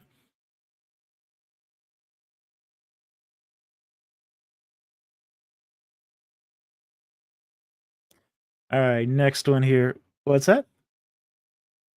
That Blue Dog, 2 months and counting, yeah. Yeah, I like the second book a lot. That's Vish asks the question, how many book sales means a novel did really well? All right, let me tell you what your typical it's not high, believe it or not. If you get 1,000 sales on a book, it's doing pretty good. Your typical independent published novel sells less than 100 sales total. Okay? So, we don't have full figures yet. So we don't know how many ebooks have sold. We know that right now we have sold 70. 70 hard and soft cover books. Okay? But we don't have any information of the ebooks yet. Okay? But your typical independent published book sells less than 100 copies. Okay? DC, wow. Yeah. Wow. But here's the amazing thing. Those figures are exactly the same in the professional publishing industry. That's the amazing thing. The average novel published by a traditional Big 5 press only sells 100 copies or less. It's only 1 out of 10 that sells more than that. Okay? So those figures are the exact same in the independent world as it is in the trad publishing world. Exactly the same. This came out in in the Penguin lawsuit, where Penguin was being bought out by Random House, and there's a big lawsuit over the monopolistic practices. And it came out in that one that your typical novel sells less than 100 copies in its entire run. So, yeah, publishing is dead. Publishing is so dead. Okay. So the fact that we've already have 70 copies sold and don't even have the ebook figures yet is a good sign. It's a good sign for this early in the game. The other thing too is that in the case of, say, traditional publishing, you have to do all your sales in the first month, or your book is dead. Essentially, your publisher will pulp it and cut you off. Essentially, say, well, it's been nice knowing you. Better luck next time. Though you can't build momentum in the traditional publishing industry. They want that instant hit of sales now. Which is one of the problems too with trad publishing, is that if your book is slow to get its shoes on, you're hosed. You are totally hosed. Whereas at least as an independently published book, you have more time to build up a fan base, to get the word about your book out. People have more time to discover it and learn about it and leave reviews. You've got the luxury of time as an independently published book. But that said, still, most independently published books, as well as trad published books, don't sell more than 100 copies. So a book that sells 1,000 copies, that's considered good. Okay. And in the end, we'd make about $2,000 on that. So we're not talking good money here, but that's considered to be good publishing. 1 month's run. Yeah. Dossman, sometimes it can take years for someone to be discovered. Yeah, there is a in the independent publishing field, they generally say that it takes about 20 books to be published before an author really gets traction. Okay, so it's a long game. It's a long game. Mama says, no wonder the shelves are all cheap and tawdry romance novels wrapped in different genre skins. Oh yeah, that's Monster Prawn. Yeah, that's AKA gothic romance. Yeah, just ugh. Yeah, it's a pretty ugly thing, trad publishing.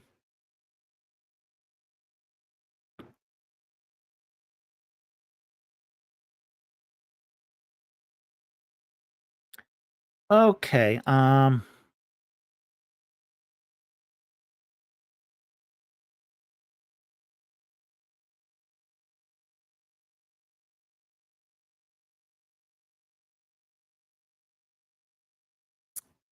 see, where are we next here? Okay, next question here. We've already done the foodie section. Yes, space food is terrible.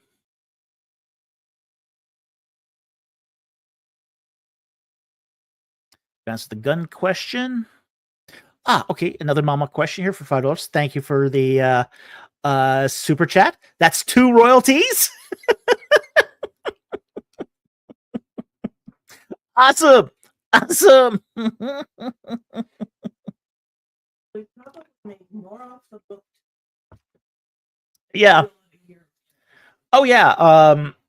Yeah, we've on our chat revenue tonight, we've earned the equivalent of 24 books. It's like, isn't that sad? Oh my gosh, that's so sad. Okay. She asks, do you think humanity will eventually find a way to put humans in the type of non-aging stasis that allows for space travel to distant systems? Yeah, I think so. It's not a tremendously Here's the thing. In the first book, there's no faster than life travel. Okay, so people are put into these hibernation pods to travel long distances in space. Okay, I think that's a relatively simple technology that's within the reach of humanity. It's actually it's a much simpler thing to put people in hibernation pods than it is to do faster than light travel. So because the thing about hibernation pods is you need a method of cleaning the blood, like dialysis. You need a way of slowing the metabolism. You need a way of introducing a food supply. Okay, and that's really what you need to do a hibernation pause. You don't freeze them. Okay, this is one of the things that for example that they discovered in these immortality chambers, or whatever they're called, the ones that like freeze your body and freeze your head. That the problem here is thawing the person out. It sounds really good that they can freeze your body until they find the cure to your illness, and then they try to fix you up. Yeah, freezing, not good. Think about freezer burn. Well, think about the cracking ice problem. That's the problem they discovered with these cryogenic facilities. That's what I was looking for, the word cryogenic facilities.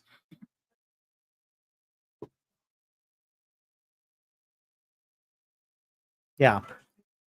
Your bunny's acting up, by the way.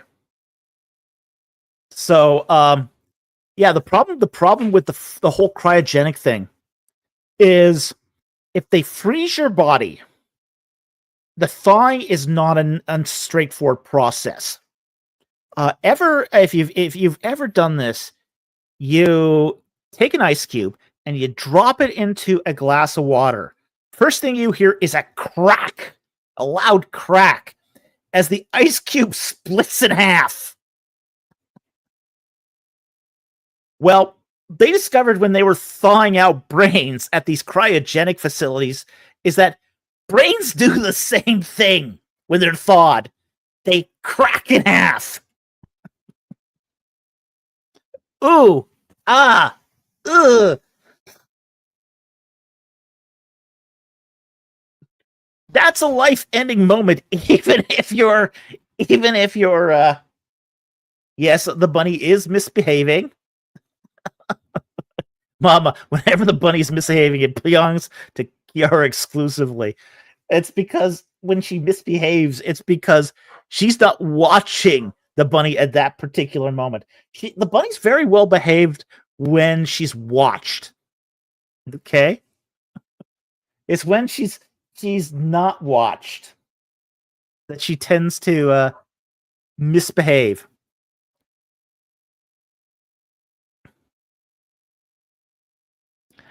Ooh, bad joke, BC. Are a cryo chamber because you crack me up? Oh, terrible joke. Great pun, terrible joke.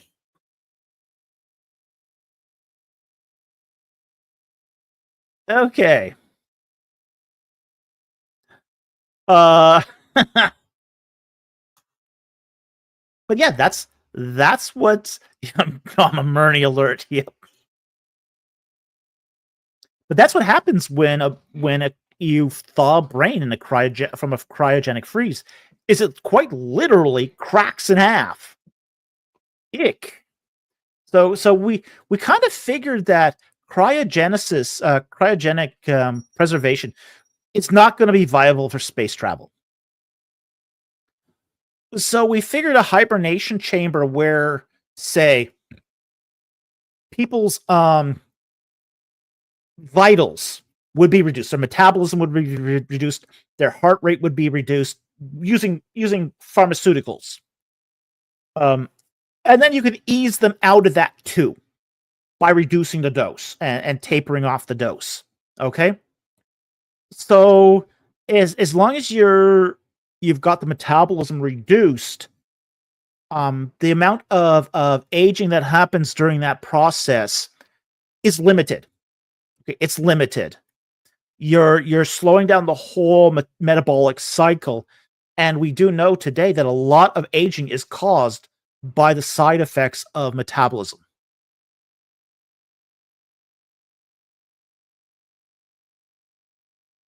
Dossman says, I was really happy when I read how you went about it. It's a much more realistic way of doing it and less cliche.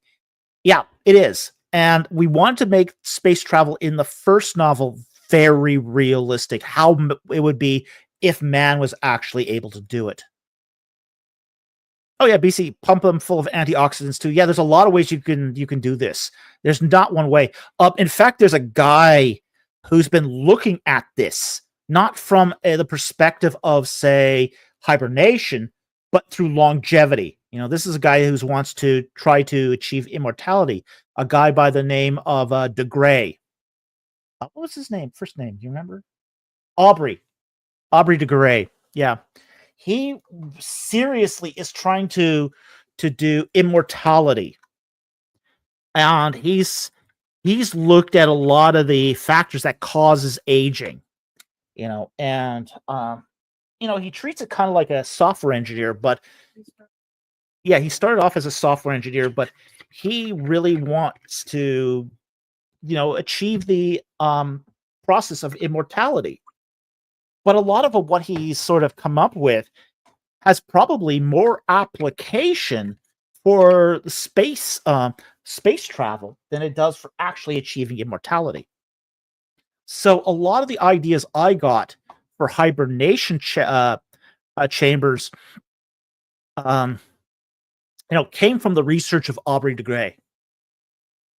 So That's why in some ways we use this method for space travel and try to make it, at least in that respect, more realistic, at least until sometime in the future, say faster than light travel is discovered. Oops.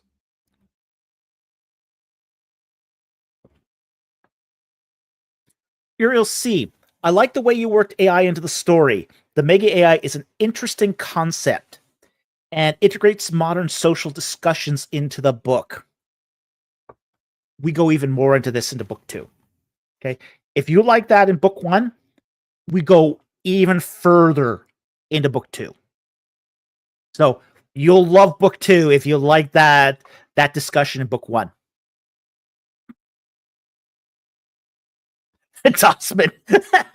It was hilarious when it just said nope and left.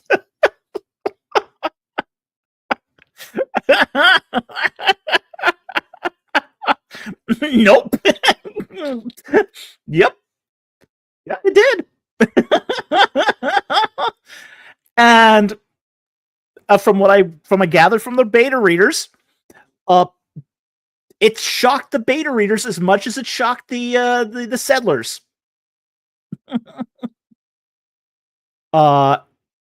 You'll see more foreshadowing, perhaps. Yes, more foreshadowing. Yep. Not going to tell you how it foreshadows, but yes, it's more foreshadowing. Yeah. But yeah, I thought it was hilarious too when it just said nope and left. Yep, it got out of Dodge fast. All right, let's see what else we got here.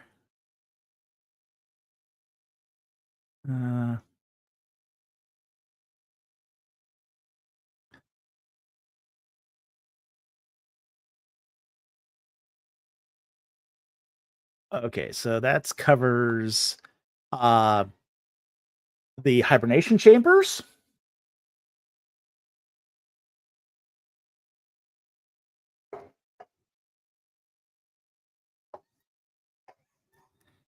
And we're having a dogfight outside. Lovely.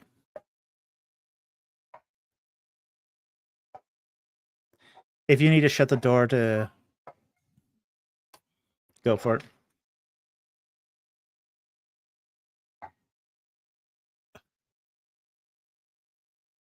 Mama, the needles make me cringe. Oh, and it's not just needles. It's 60 needles in an armband. Yeah. So many needles. Yes, so many needles. It's redundancy. Yeah. That's one of the things we also looked at too, was that's the problem with a needle. If you have a single needle source for a hibernation chamber and you're depending on this for your life, having one needle that can clog can mean the end of your life. So it's highly redundant. It's a highly redundant system where there's 60 needles in the armband.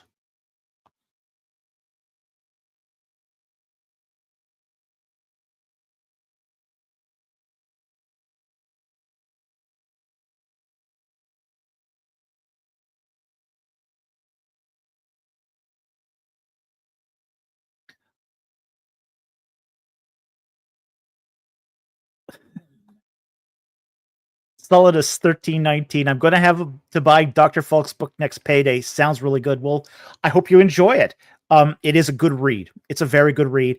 And so far, all the reviewers have said it's a good read. So, yeah, even though I'm saying it's a good read, the reviewers agree. And I think the beta readers also, two of which have been in the live stream today. So we've had at least the beta readers have read this and have also given their thumbs up to it too. You'll see. Definitely going to leave a mark though. Yeah, but here's the thing. You're not going to bruise through most of that because of the slowing of the metabolism. What happens? When you wake up, that's a different matter. All those needles come out. All those needles come out. Yeah, it's going to leave a bruise. once you wake up. But during your hibernation, you'll be fine. Dossman, great. I'm already not a fan of needles. Once again, staying on Earth with my Haritos.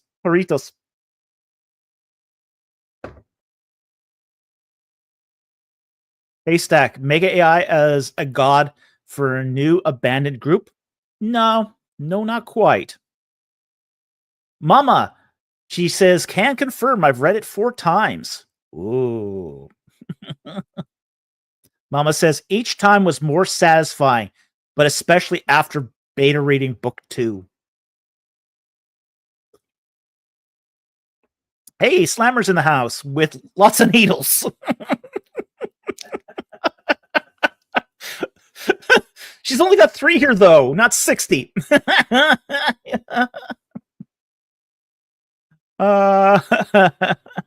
Mama says, telling you all they build on each other.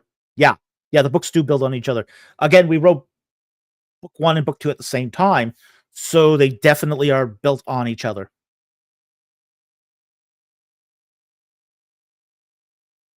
Okay, I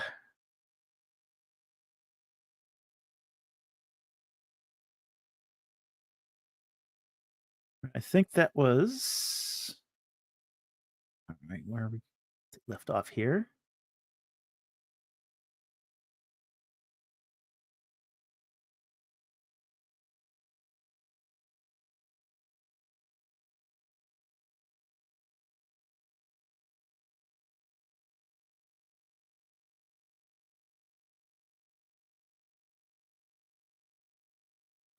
Okay, we talked about that. Okay. Yeah, that was... Okay, so we got past the needles here. Got past the terrible royalties I get.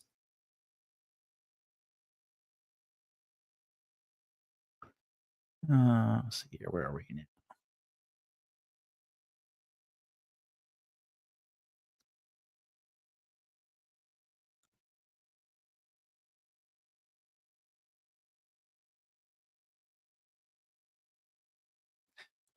Dean asks, when are you going to do the obligatory ancient alien storyline build-up, then subverting expectations by debunking it in the novel? I'm not. I'm building a fictional world here. Okay. Look, I mean, I can talk about the ancient alien storyline as a fictional world because that's fun. Okay. I mean, look, you shouldn't get your history from a fiction novel anyway. Okay. Just saying. Okay. Okay. But I'm not gonna do that ancient alien storyline and then debunk it. I want a fun story here. So in the book, ancient aliens are part of the history of the universe. Okay. So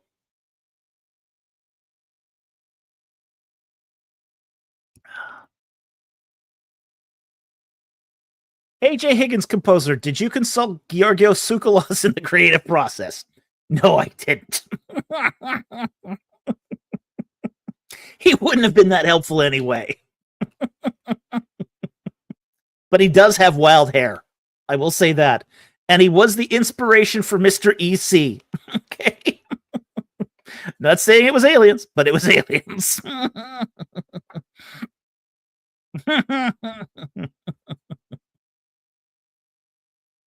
Oh, that was funny.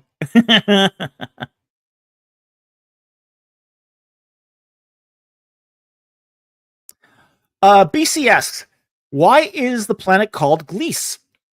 Because that's what the Astronomical Association, the Astronomical Union calls it. Okay? It's a real planet in a real solar system around a real star. Okay? Well, that's why. Gliese was the name of an astronomer, a very well-known astronomer who was one of the guys who discovered exoplanets. So a lot of exoplanets are named after Gliese. Okay? Real person. And there are planets out there named after him. Okay. Real astronomer, real person, and those exoplanets are named after him. Mama did not know. Mind blown. Yeah, it's true. In fact, one of the things we do is we name all. We tend to in our books we're tending to stick to the local. How do I say this? A stellar neighborhood. Okay, we're not crossing galaxies here. We're only going out, say, 60, 70, maybe 100 light years away from Earth. That's kind of the sort of the local stellar neighborhood that's near Earth. Okay. So we do a lot of so most of the exoplanets that we're going to refer to are those that have been already discovered by real astronomers, where we have some data as to what they're like, how far they are from other stars. So we try to get all of that correct. So, like, for example, when we travel between, say, Gliese and another star, okay, we know, we can figure out, because it's so close to Earth, relatively speaking, what the distance is between those two stars. And so we've taken great pains to make sure that that is accurate. Mama geeking out even more. Yeah, absolutely.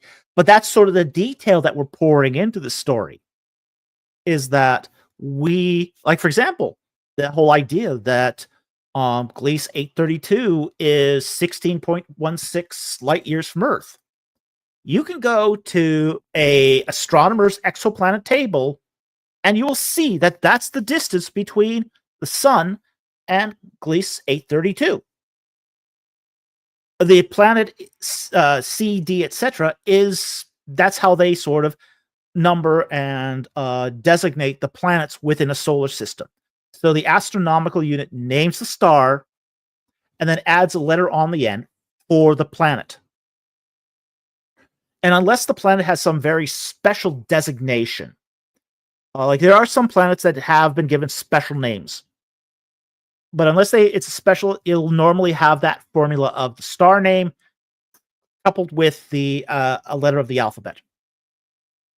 And that's how the astronomical unit names planets. And we have respected that convention. When we set up colonies in other worlds, we actually look that up. And we actually look and see, okay, is this a planet? Is it in the Goldilocks zone? What kind of planet is it? Is it a rocky planet? Is it a super Earth? Is it a gas giant? Because you're not going to settle a colony on a gas giant.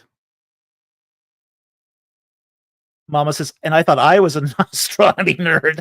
I am an astronomy grasshopper.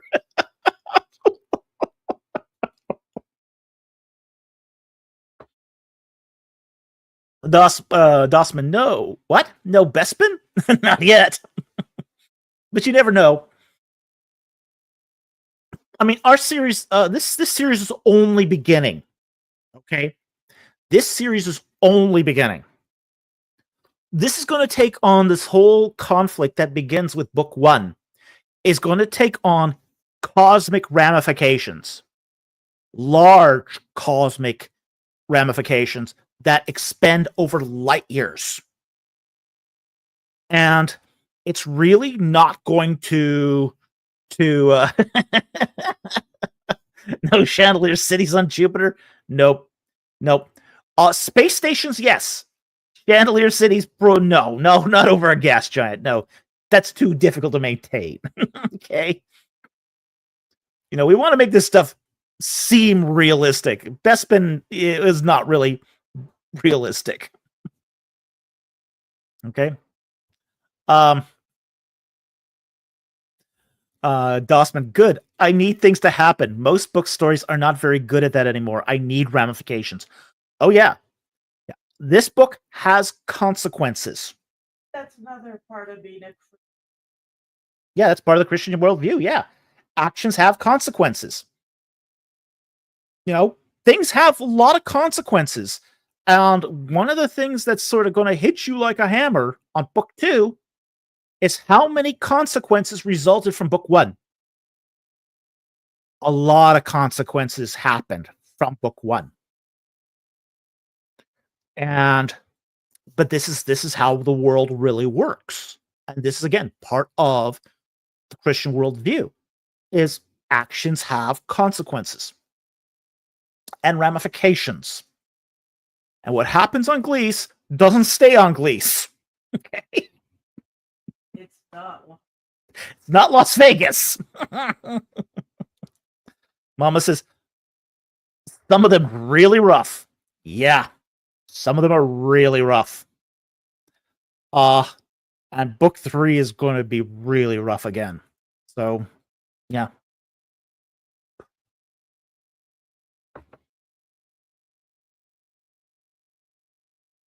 Okay,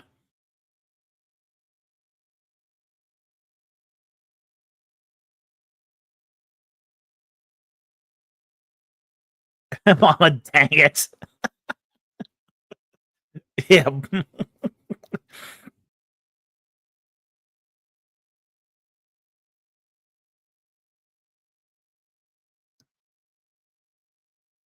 Okay, let's see what's next here.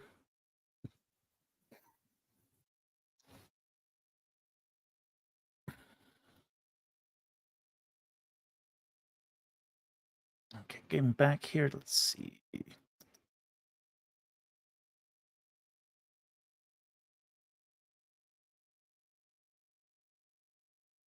What's the next question here? I think that's probably the next one. Just want to make sure.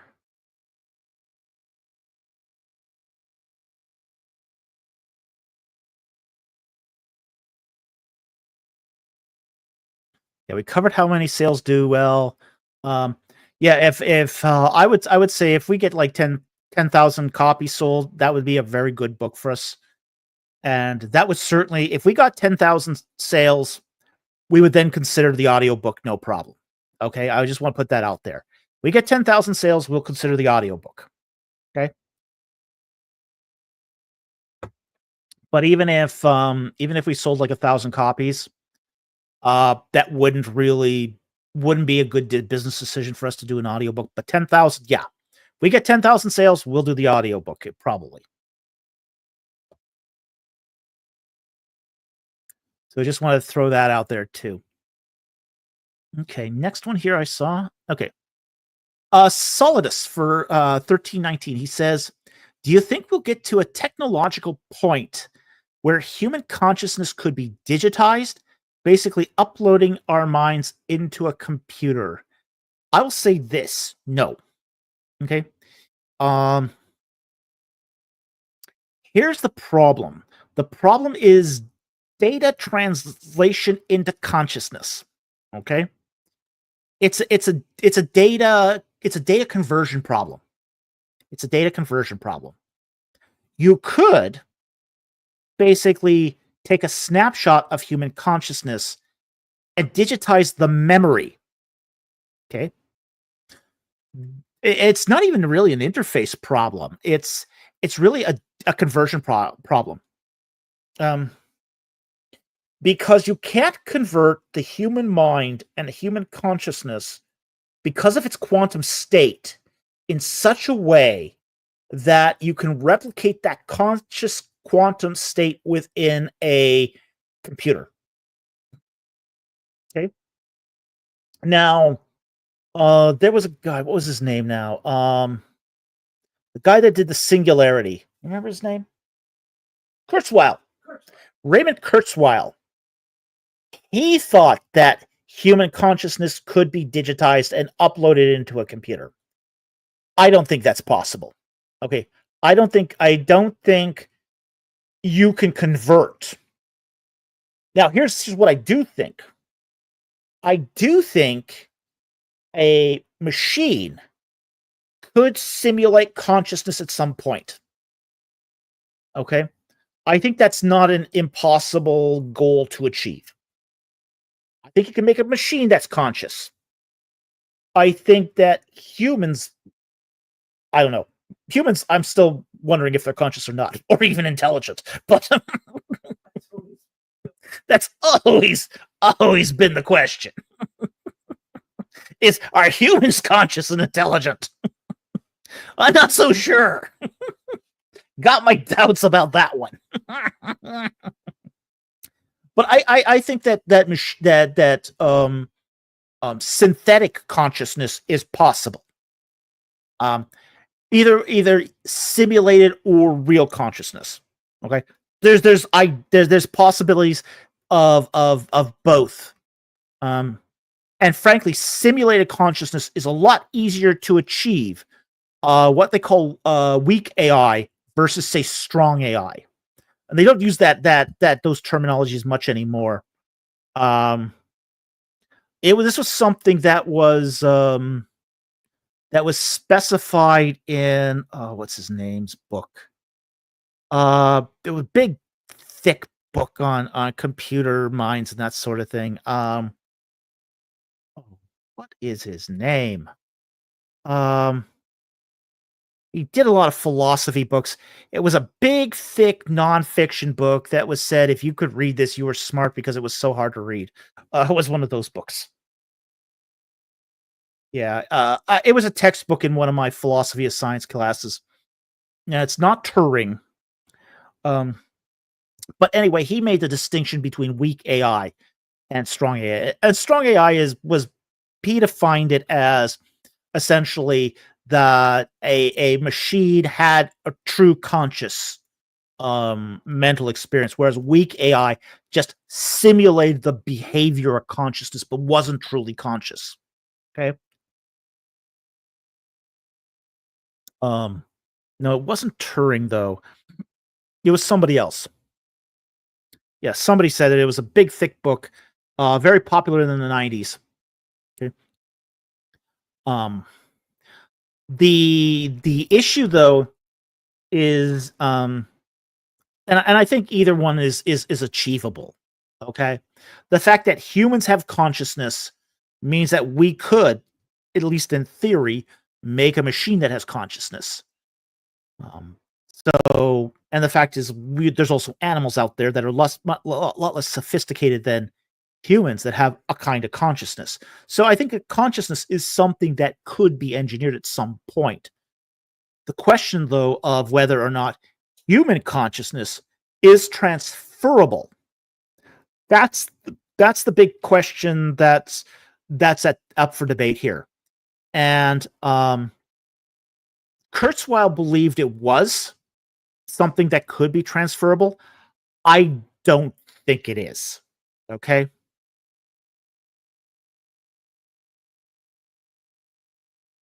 Yeah. I don't think human consciousness can be transferred, not to a machine. I think they're two different kinds of machines. So that becomes a data conversion problem. And I think it's an insurmountable data conversion problem.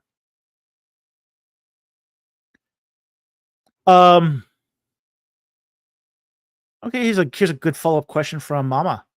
What are some real-world examples of engrams? Oh, this is actually a really interesting question. I'll give you a real-world example of an engram. Have you ever seen one of those pianos that plays itself? The data is on this little paper core that's fed into the computer, or not the computer, the piano, and the keys start playing itself. It is a kind of thing that's just pressed into the solid matter. The player pianos, yes, that's what they're called, player pianos. Yeah, a player piano is an example of an engram. It is an impression of intelligence and art or whatever that has been pressed into something solid that becomes part of the item itself. So a player piano is a device with an engram. No, it's not Frank Tipler. But Mama says that's actually a really good, clear example. Yeah. It's really cool. I mean, I love player pianos. Okay. But yeah, player piano is an example of an engram. Now, a more sophisticated engram would have more responses and more sort of basically intelligence. But it's always going to be a rudimentary intelligence. Dossman, we had one, never worked. Haha. Mama, new lore.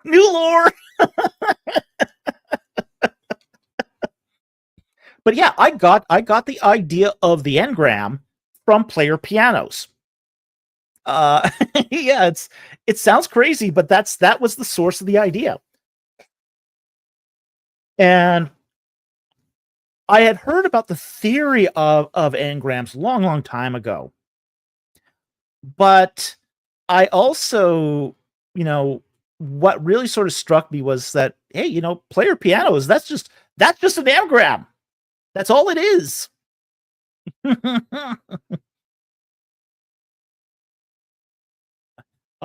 Mama says, that is so funny that you got such a creepy idea from such a not creepy thing. I think player pianos are actually kind of creepy. Because this is a piano that's playing on its own with no human there. Oh, works great in haunted houses, yeah. Yep, player pianos are really creepy.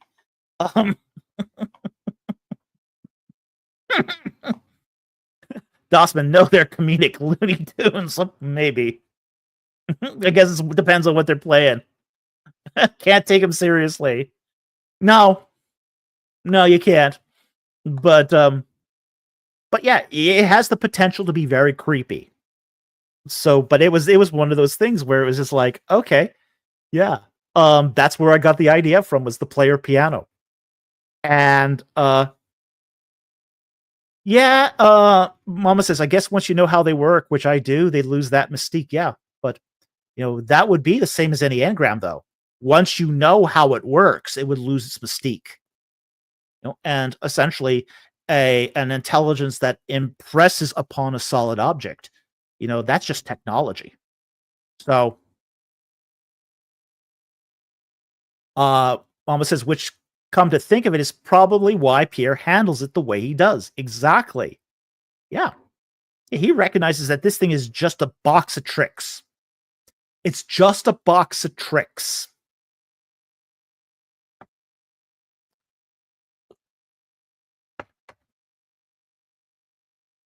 Dossman, yeah, Pierre knows what's up. That's the thing with Pierre. He's always one step ahead. He's got that intuitive foresight. And that's what makes him super annoying too, to those around him.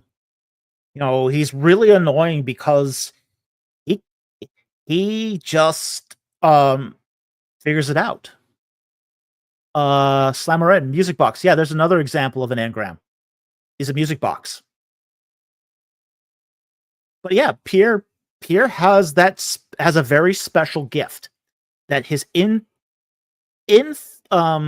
intuition is what sort of gives him his edge.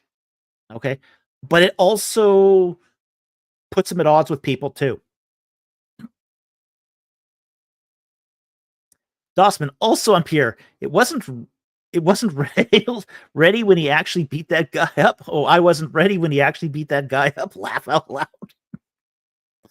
Well, he was kind of in a daze when he did it, okay? It's Chekhov's rolling pin. Hey, if you're going to introduce a rolling pin to the story, you better use it. Grandma used it. It's Chekhov's rolling pin. He was hungry.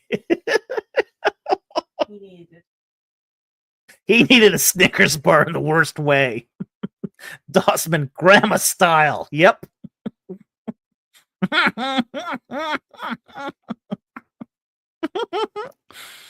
Oh yeah, we had one beta reader say, she was so frustrated with Pierre that when he was getting picked on and bullied in the cafeteria, And then the tables turned.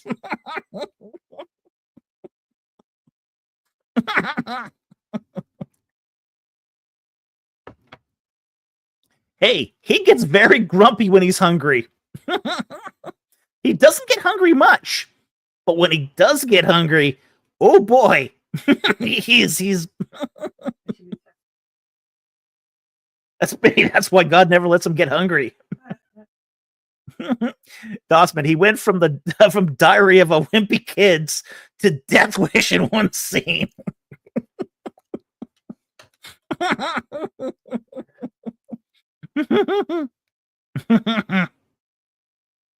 Mama, or rather, he's so used to being hungry because there's no good food to eat anywhere in Greece. Yeah, well, what they serve on Greece is a crime to the culinary arts. It is the abomination that makes desolate a food.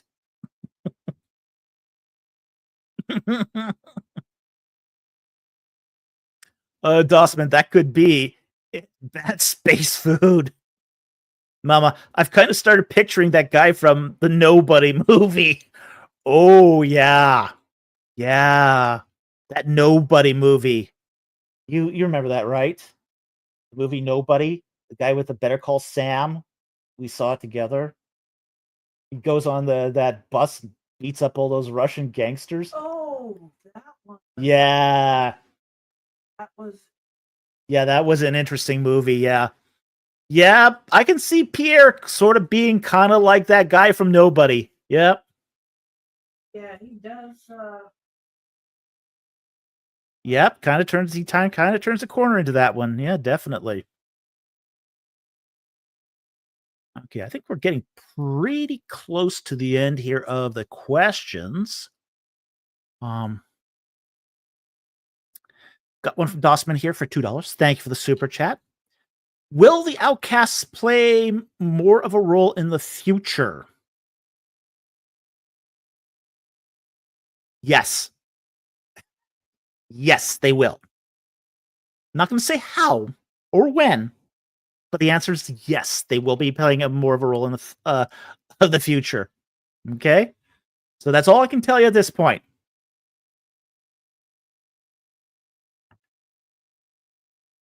Okay, so any more questions? We're getting pretty close to the end here.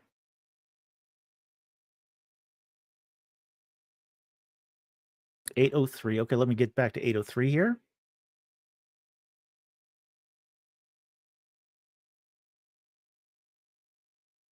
Okay, $803.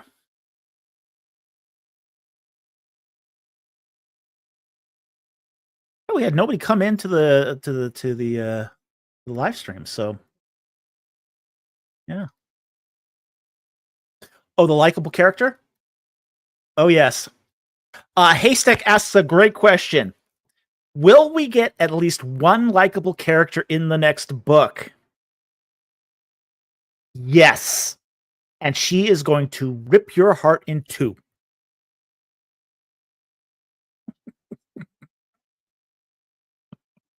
There will be.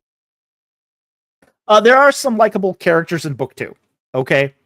Not just one, but there's one in particular that will break your heart. But yeah, not everyone in book 2 is an a-hole. Okay. But there is a couple that are, there are some that are, but there's a lot of really admirable characters in book 2.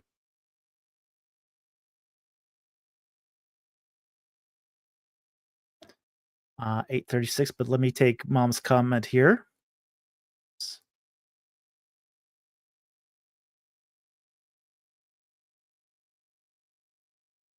Mama, I know who you're referencing, Doc, but I think there's more than one character. Yeah, there is.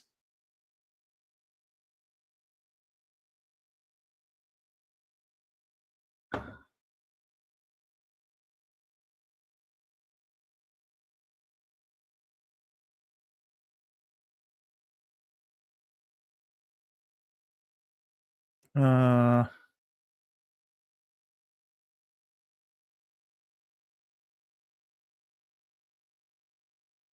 Dossman asks, Indiana Jones' death scene influence a certain death near the end? No.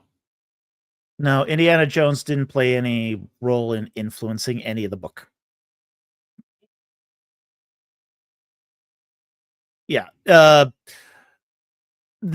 archetype of an archaeologist does, but that's about it. When he touches the reliquary? No. No, that wasn't inspired by Raiders of the Lost Ark. Just Janice gave us a really nice 10-pound super sticker. Thank you very much for that. We really appreciate it. We appreciate your support of the channel. And that's equivalent to 5 book royalties. Since we're measuring everything in book royalties tonight. So I really appreciate your support, and thank you very much for the super sticker. Okay, now where was that question? 8. Nice comment. It's a cute super sticker too. You can't see it on the live here, but you can see it on the replay. 8:36 p.m. 8:36 p.m. Is that on the Instacaf? Oh, okay. Okay, yeah. Haystack, I love the chapter heading info from the Word. Insta Coffee was a good one. Oh yeah. Okay. The Instacaf. Here. That's actually what he's talking about here are these epilogues. Okay, the epilogue is when you start a chapter with a piece of information, like world building. We do a lot of world building. We do a little bit of foreshadowing in those epilogues, so they matter in the story. But the Instacaf one, okay, in chapter 9, they don't have coffee in space. It takes too much space to send coffee into space because you end up throwing out most of the grounds. So they send up to the colonists this caffeine coffee substitute called Instacaf. And the epilogue reads, okay, Instacaf is an instant enjoyable beverage containing many of the essential stimulants for peak performance, combined with 250 milliliters hot or cold water to deliver a smooth 80 milligram dose of caffeine for keen alertness and 2 grams of taurine neurotransmitters for heightened awareness, blended with delightful artificial coffee flavors. Use in moderation. Side effects include increased heart rate and blood pressure, disturbed sleep, anxiety, weight gain, elevated blood sugar, coma, and death. Packaging on the side of an Instacaf packet.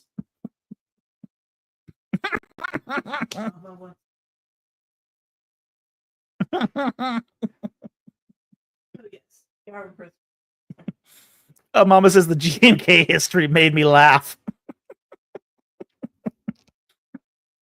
Dossman, oh, I forgot to say I love those. The future's a dangerous place. No one's going to hold your hand or wrap you in cotton in the future.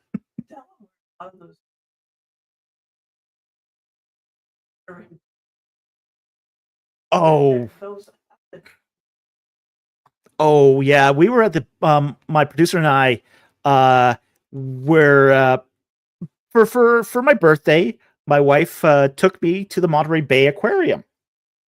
And nobody reads the little placards on at the Monterey Bay Aquarium. So the Monterey Bay Aquarium put some really funny stuff on there, on their placards. And there was one placard for sardines, and it says a natural habitat in tin cans with oil. And I said, hey, honey, you gotta read this. This is hysterical.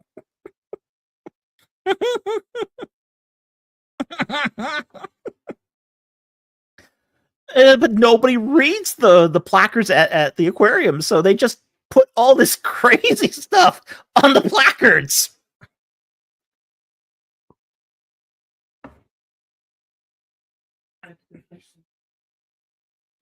Mama, I want to go there ever since the fourth Star Trek movie. It's a cool aquarium, especially the jellyfish exhibits. Dossman, oh, laugh out loud. They could write anything they wanted in some places. Yeah. Yeah, because nobody reads. Nobody reads, and they knew nobody reads.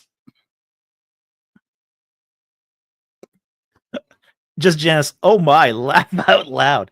Yeah, so we thought, hey, you know what? The future is kind of this sort of risky, dangerous place. You know, let's make some of the products and corporate history. So in many of the epilogues on our book, on the chapters, we, describe, say, the corporate histories of a lot of the products used in the book. And this became part of our world building. Like for Instacaf, this becomes the coffee substitute used off world. We have there are things that are unique to colony life, like Next Comp Z computers, which are kind of primitive when you look at it. But there's a reason why they're primitive. They're not that the Next Comp Z computers are not that much different than your grandfather's Linux box. But there's a history behind it that explains why they're primitive. The manufacture of the pistols, of firearms in the book is based upon something that's very, very similar to a real world history of a particular firearms manufacturer. So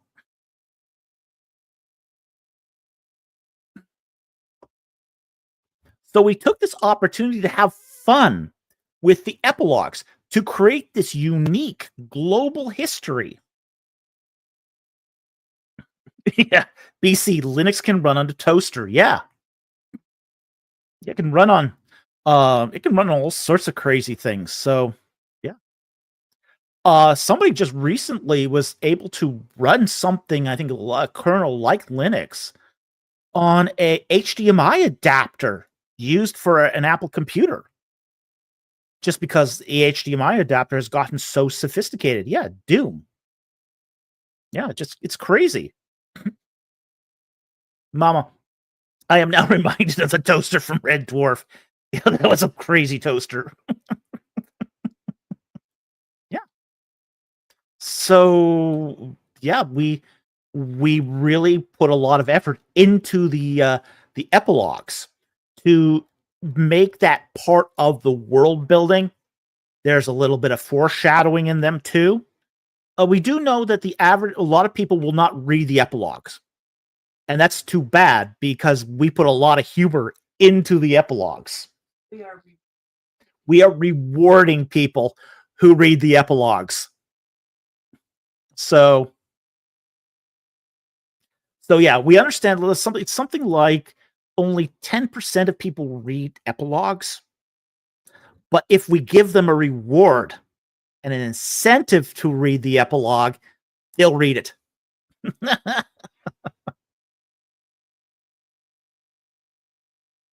Dossman, really? Those are great. Section skippers are a real thing. Yeah, they are a real thing, especially when it comes to epilogues.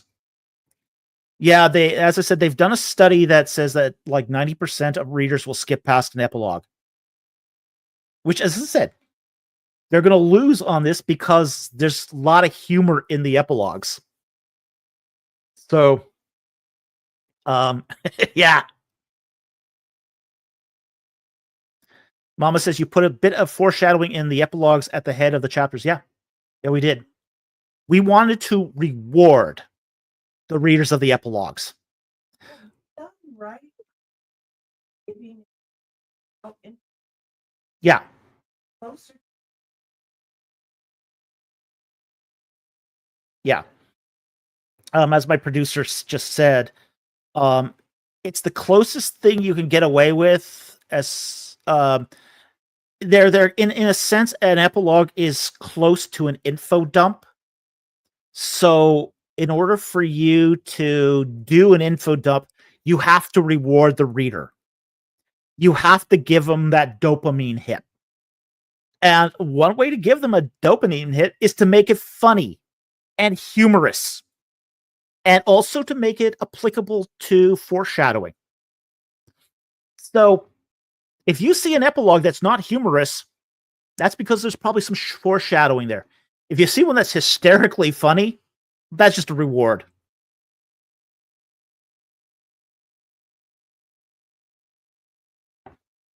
Dossman says, I remember in System Shock 2, you could just read where random products came from, and they did the same thing in a sense. Loved them. Yeah. Yeah, it's real. You can have a lot of fun with product labels. That's what, Yeah. But that can really elevate your writing too, as my producer just said. You know, if you've got that sort of humor, you know, and here's the thing. Here's the trick about humor. It has to be story appropriate. This is very story appropriate. It's telling you the world you're living in. It's giving you world building lore, but it's giving it in a way that's not dry. I used to work at in the pharmaceutical industry. Okay, and you would, if you've ever read the product label on a drug, any drug, there's some crazy side effects that are mentioned on drug packaging. Okay, and you could be reading ibuprofen and you'll see, oh, it may cause coma or death, and you go, what? What did I just read here? It cause heart failure, coma, and death. But the FDA requires that all reported side effects be reported on pharmaceutical packaging. Even if it's not true, as long as it's reported, it has to appear in the packaging. Okay?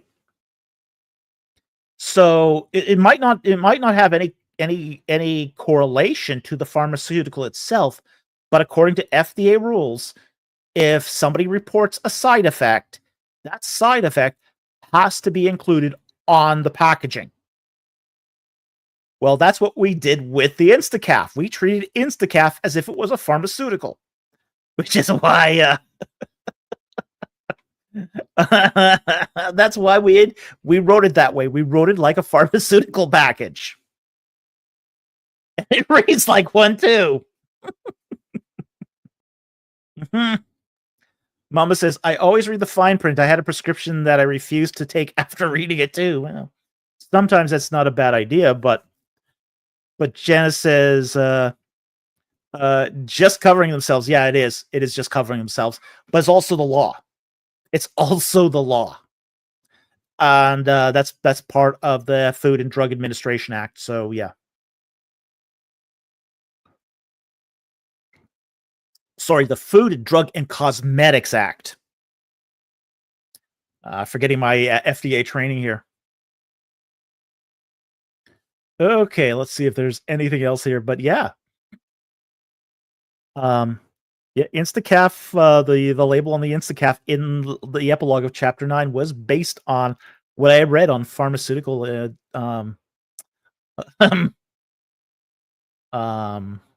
documentation.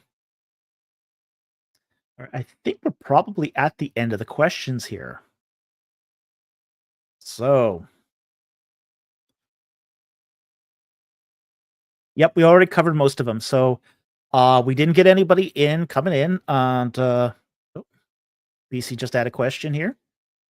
So yeah, we're at the end of the questions for the most part here, which is okay. We didn't expect this to be as long as our normal live streams, so the fact that we got here for 3 hours, that's pretty good. Again, this was your opportunity to ask any question you wanted about the book. For those who just forgot, this book here. Beep. All right. BC, Given royalties are so low, maybe it would be good to have the book performed and uploaded as a YouTube video. Maybe with some art to go along with it. Again, it's yeah, it's just again, that would be a lot of work. A lot of work. So yeah, we aren't stopping with fiction here. Like we are working on academic books too. And we should explain what our publication cycle is. Okay. Our typical publication cycle is we do all our hello. My battery just died on my my battery on my mouse just died. I need a battery or a mouse. Nope. I need a battery, and I can't even turn off the screen here to go grab one. Let me just go and grab one anyway. Oops.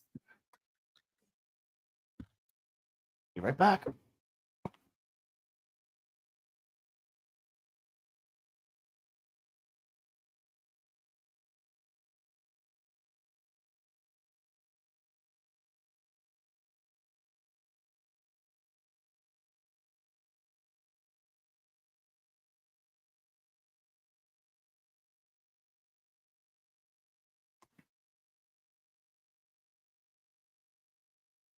All right.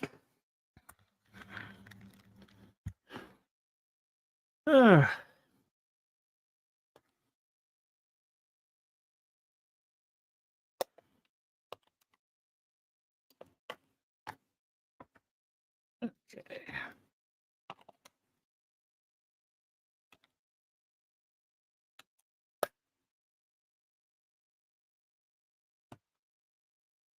Okay, here we go.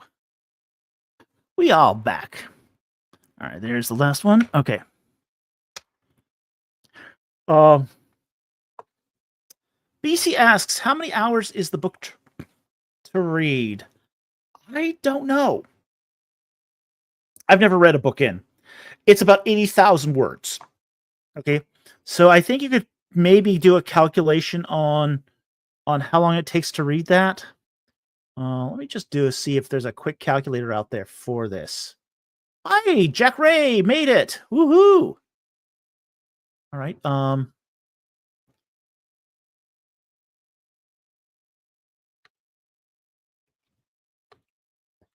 An 80,000 word audio book. Okay. 9 hours. It'd take 9 hours of reading. That's a long time. Yeah, the rule of thumb is 9,000 words per hour. Okay. So it's an 80,000 word book. So yeah, 9 hours. So yeah, that's a long time.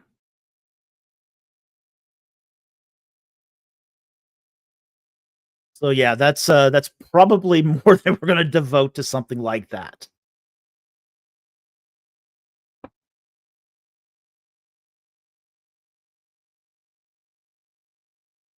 Okie dokie. Mama asks, are you okay with War of the Gods fanfic being written, fan art being made? Yes, absolutely. I would ask of a couple things, though. Okay? If you do fan art and fanfic, please be true to the story. Okay? If you take any of the characters from the story, don't change anything that is that's canon. Okay? Respect the canon. If you respect the canon, I'm fine with it. We've actually thought about at some point, maybe far in the future, actually doing a volume of fan fiction that we publish. Okay? if we get enough people who are interested in doing fan fiction for it, we would be interested in basically combining those into an anthology of fan fiction that becomes part of the lore. So, yeah, as long as you respect the canon, respect the characters. If you introduce your own characters, make sure it's consistent with the canon and the lore. And as long as you respect the canon and the lore, I've got no problem with it. And as far as fan art, I love fan art. I used to do fan art. It's how we met. It's how Mrs. Producer and I met, was at a Baycon where I was the staff artist doing fan art. So absolutely, yeah, I'm okay with you, Dossman. No Star Wars crossovers. No, don't do Star Wars crossovers. Respect the lore. Respect the canon. Mama says respect the canon. Got it. Yeah. As long as you respect the canon, I'm totally fine with fan fiction and fan art.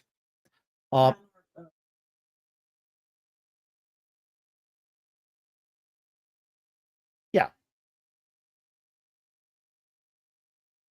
Oh, what fan art I did? I would do. Oh, geez, I did a lot of line art. I did some color paintings. Various sorts of fan type art. I did some Star Wars stuff. I would do a lot of work for doing original fan art for say the bulletins. Okay, so they would produce a lot of these conventions have say program books, and they would put in original art, fan art inside those books. So it wasn't fan art of say series as such, although I did do some Star Wars stuff. I did do some Star Trek stuff. But BC, what is War of the Gods? War of the Gods is the name of the series. War of the Gods, Book 1. So, yeah, Mama says War of the Gods is the series of books.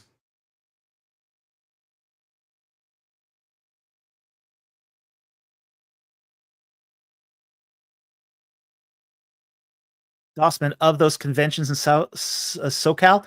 No, we did it in North California. So we did the conventions in North Cal. Yeah, just Janice, always respect the canon. Absolutely. I think that's one of the things that I think that if you do any sort of fan fiction or fan art, respect the canon. You know, people have really labored and put their blood, sweat, and tears into making a story. Okay? And people don't mind you adding to the lore, adding to the canon. People don't want you changing the canon. And this is why I think that, I'm okay with, say, something like shared universe, like Kiara just mentioned here. Thieves World was a forerunner of a shared universe.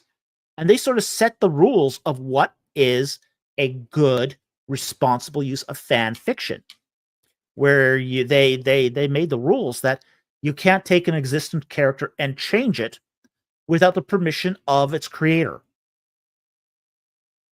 And I think that's really respectful of the original artist and the original writers.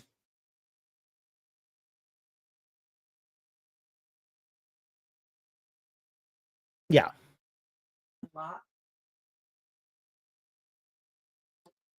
Yeah. We should also mention too that that the War of the Gods is a PG universe. Okay, so there isn't a lot of there's very little gratuitous profanity. There's very little references to sexual behavior. We broach it sometimes, but it has to be PG-13. Okay, it's a story-driven universe. Okay, so we're okay again with fan fiction and fan art. Respect the canon. Respect the principles of the book. Yeah, Mama's right here. Fan fiction that completely changes the author's original intent just seems disrespectful. And it is. Yeah. It is disrespectful. And if you want to do it's Yeah. My producer says if you want to do something completely different, start your own series. But I would love to see fan fiction. I love fan fiction. we are we know they are. But Mrs. Producer says she expects Mama to produce several series additions to the canon already. Volumes and volumes of writing and fan art. Her and her family.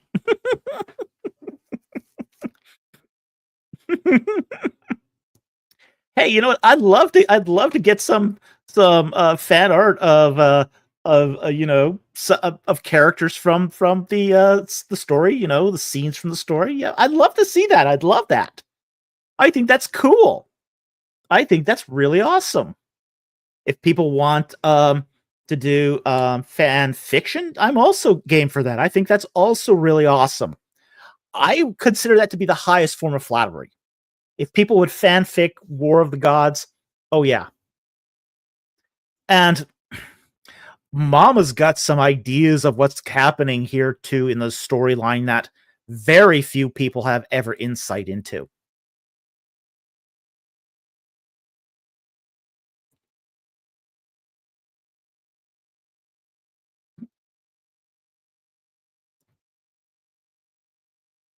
Christian Mouse says, if I ever finished my sci-fi story and someone made a fanfic and it was good, I would throw something like maybe a little throwaway line referencing it to make it canon.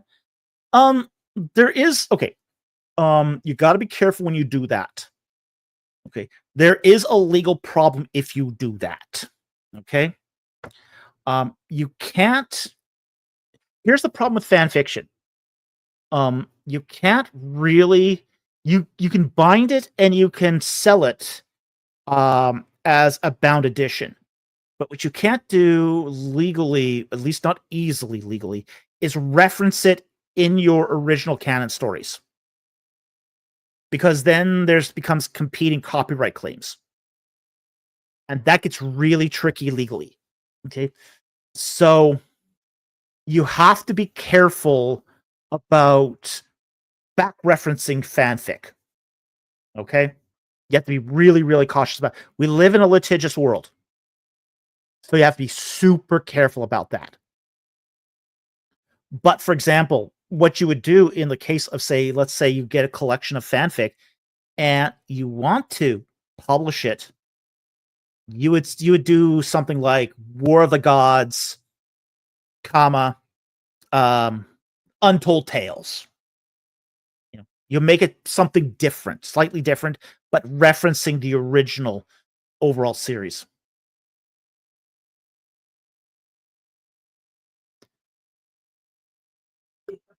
Osman says, sadly, yeah, that's true. Yeah, Christian Mouse, in that case, thanks for saving me the hassle. Yeah. Yeah, you don't want to do that. Don't want to be. Yeah, you don't want to be pushed out of your own world either. That can happen too if you're not careful.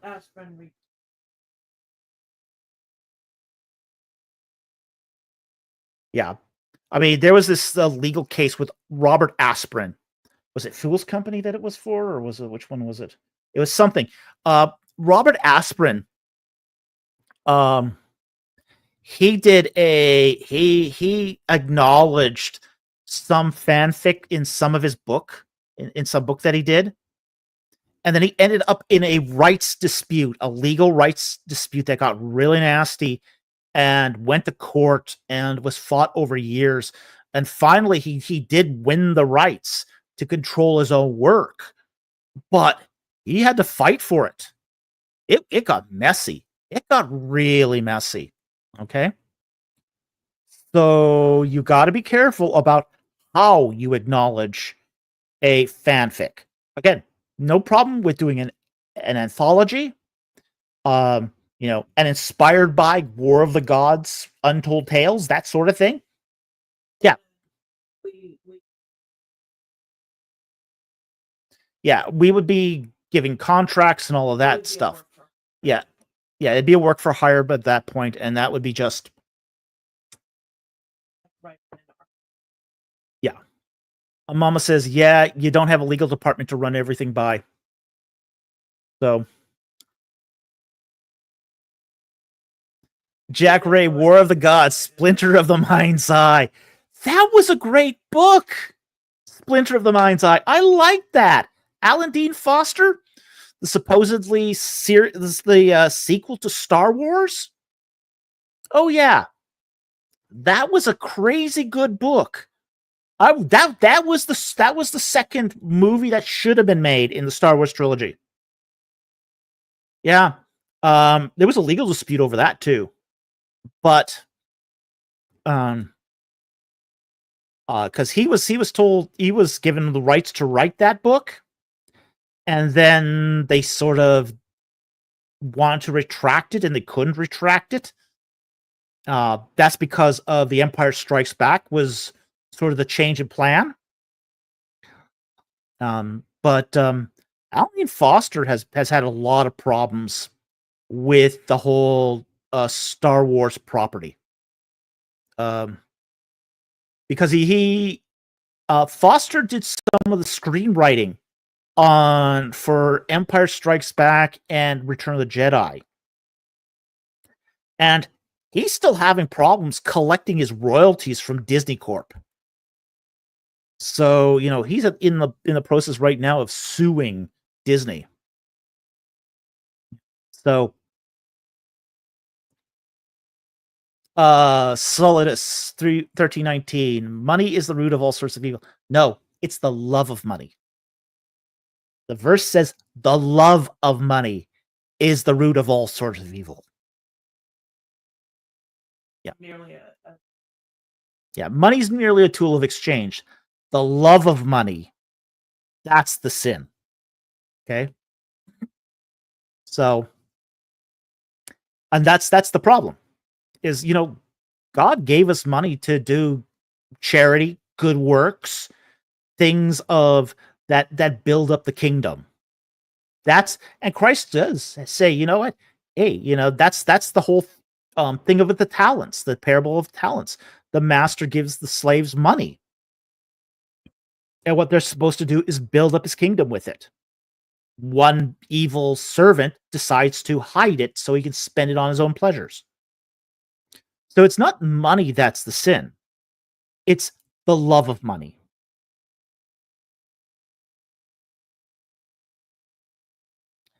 Mama says Timothy Zahns' Admiral Tron series was fantastic, and the fact that Disney passed up making it into movies is ridiculous. Not surprising. Maybe they felt like Starkiller had already been done by Star Trek. Who knows? Timothy Zahn. Yeah. Okay, Timothy Zahn is a great author. He was one of those authors that I found very inspiring. Yeah, Timothy Zahn was an excellent, what we would call a new wave science fiction writer. He was excellent. Many of the science fiction writers of that era were of the 60s, 70s, and early 80s were excellent. Timothy Zahn was one. Robert Silverberg was excellent. What's another one? Roger Zelazny was excellent. Yeah, that whole new wave science fiction was full of exceptionally talented authors. Clifford Seamack, phenomenal author. When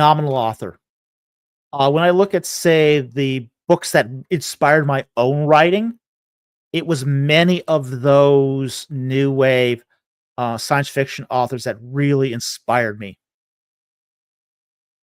Jack Ray says Zahn handled the Force better than Lucas. I'm not surprised. Metachlorians were a disaster, worse than Jar Jar. Yeah, they were.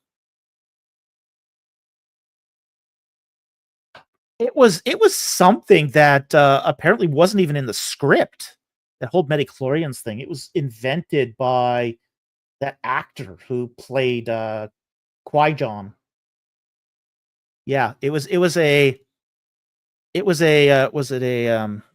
ad lib portion of the filming, and they kept it. Stupid, but yeah, they kept it. Yeah, Liam Neeson came up with that crap. Yeah, exactly. From what I heard. And that's what he claims in his interviews. Liam Neeson claims to have come up with the midichlorian stuff. Mama, and they let it stick? How stupid, yeah. Yeah. Gossman, justice for Jar Jar. You know what I think? Jar Jar's a Sith. He has to be a Sith Lord. It's the only thing that makes sense. You know, he's down on the ground with both the Boba, and he manages to wave him off. Tell me that's not a Sith behavior. Tell me that his clown-like antics just happens to avoid getting hit several times by accident. Tell me he's not a Force user.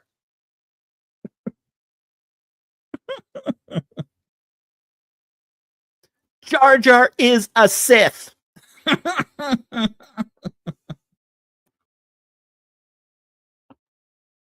I am convinced Jar Jar is a Sith Lord, and I'm going to take that to my grave.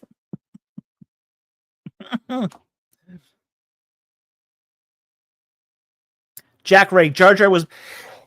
Excuse me.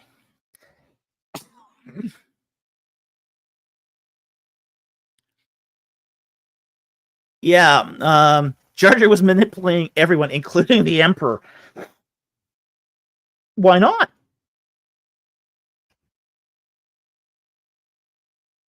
We know Jar Jar had contact with the Emperor. Who's to say that Jar Jar isn't Darth Plagueis?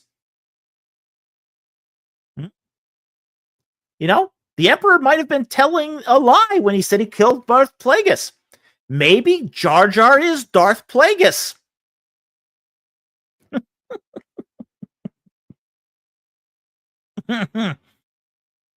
I mean, Jar Jar's one of the most powerful Sith Lords I've seen. Miisa, all the Senate. Yeah, absolutely he does.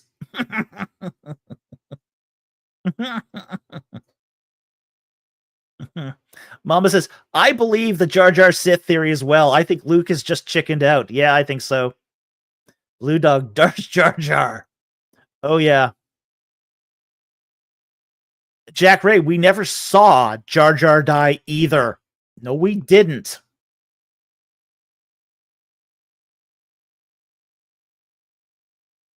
Solidas 1319, the Jar Jar Sith Lord theory is the craziest I've ever heard. It's so absurd that it's good. Yeah, but look at the video. They've done video reels of the Jar Jar Sith theory. It's convincing. It's really convincing. He jumps, when he jumps to dive into that pool, he jumps like 4 times his height. How is that possible unless he's got using force to jump?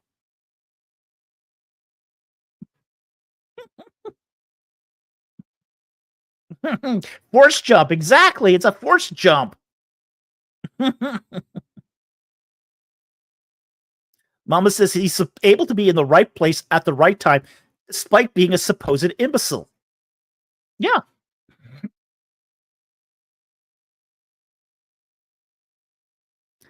Okie dokie. Okay, I think that's the last of the questions. So, unless anyone else has got anything to add or wants to come into the live stream to talk, I think we're probably going to call it a night then. Dossman, he's an ancient Sith Lord too. He's eons old. Yeah. Makes perfect sense. Okay, so I don't see any more questions, and I think we have covered the book. And again, for a reminder, please go out and buy yourself a copy of Reliquary of the Dead. And most of all, leave a review on Goodreads and Amazon. We really need the reviews. So if you buy the book, please Mama says, instead of a foodie portion, we had a Star Wars portion. We had a foodie portion. We talked about the next burger and the GNK and the shrimp substitutes. Mama says, use the affiliate link. Yes, please use the affiliate link. It gives us an extra 10 cents back. Given that we're only making $2 on this, 10 cents is actually a lot. So, Solidus asks, are you still doing the live stream on Friday evening? Yes, we are. That's our regular Ancient Egypt and the Bible live stream where we take your questions on Ancient Egypt and the Bible. This particular live stream was just for talking about the novel. That's all it was for. Okay? And to answer your questions, Mama said G&K will never count as food, Doc. But it's purple. It's purple. Dossman says Camel and Haritos was mentioned. Yep. Mama gives that a scrunchy face. She says, this was so fun. Oopsie. Yes, I'm glad you found it was fun. That's what we wanted to do. We just wanted to have a sort of it's just a way to talk about the book, answer all your questions. What inspired the book? Who inspired the book? And so I hope you guys enjoyed this, and I think we're going to wrap it up here. We're at 11:15. That's a good time to shut this down. So I want to thank everyone who gave us super chats tonight. Because of your super chats, you gave us the equivalent of 35 book royalties. Woohoo! We so very much appreciate your donations and your support of this channel. We want to thank you very much for that. And we want to again thank our regular subscribers and our Patreon and our YouTube subscribers. We hope you had a great time tonight. We want to thank you so very much for joining us.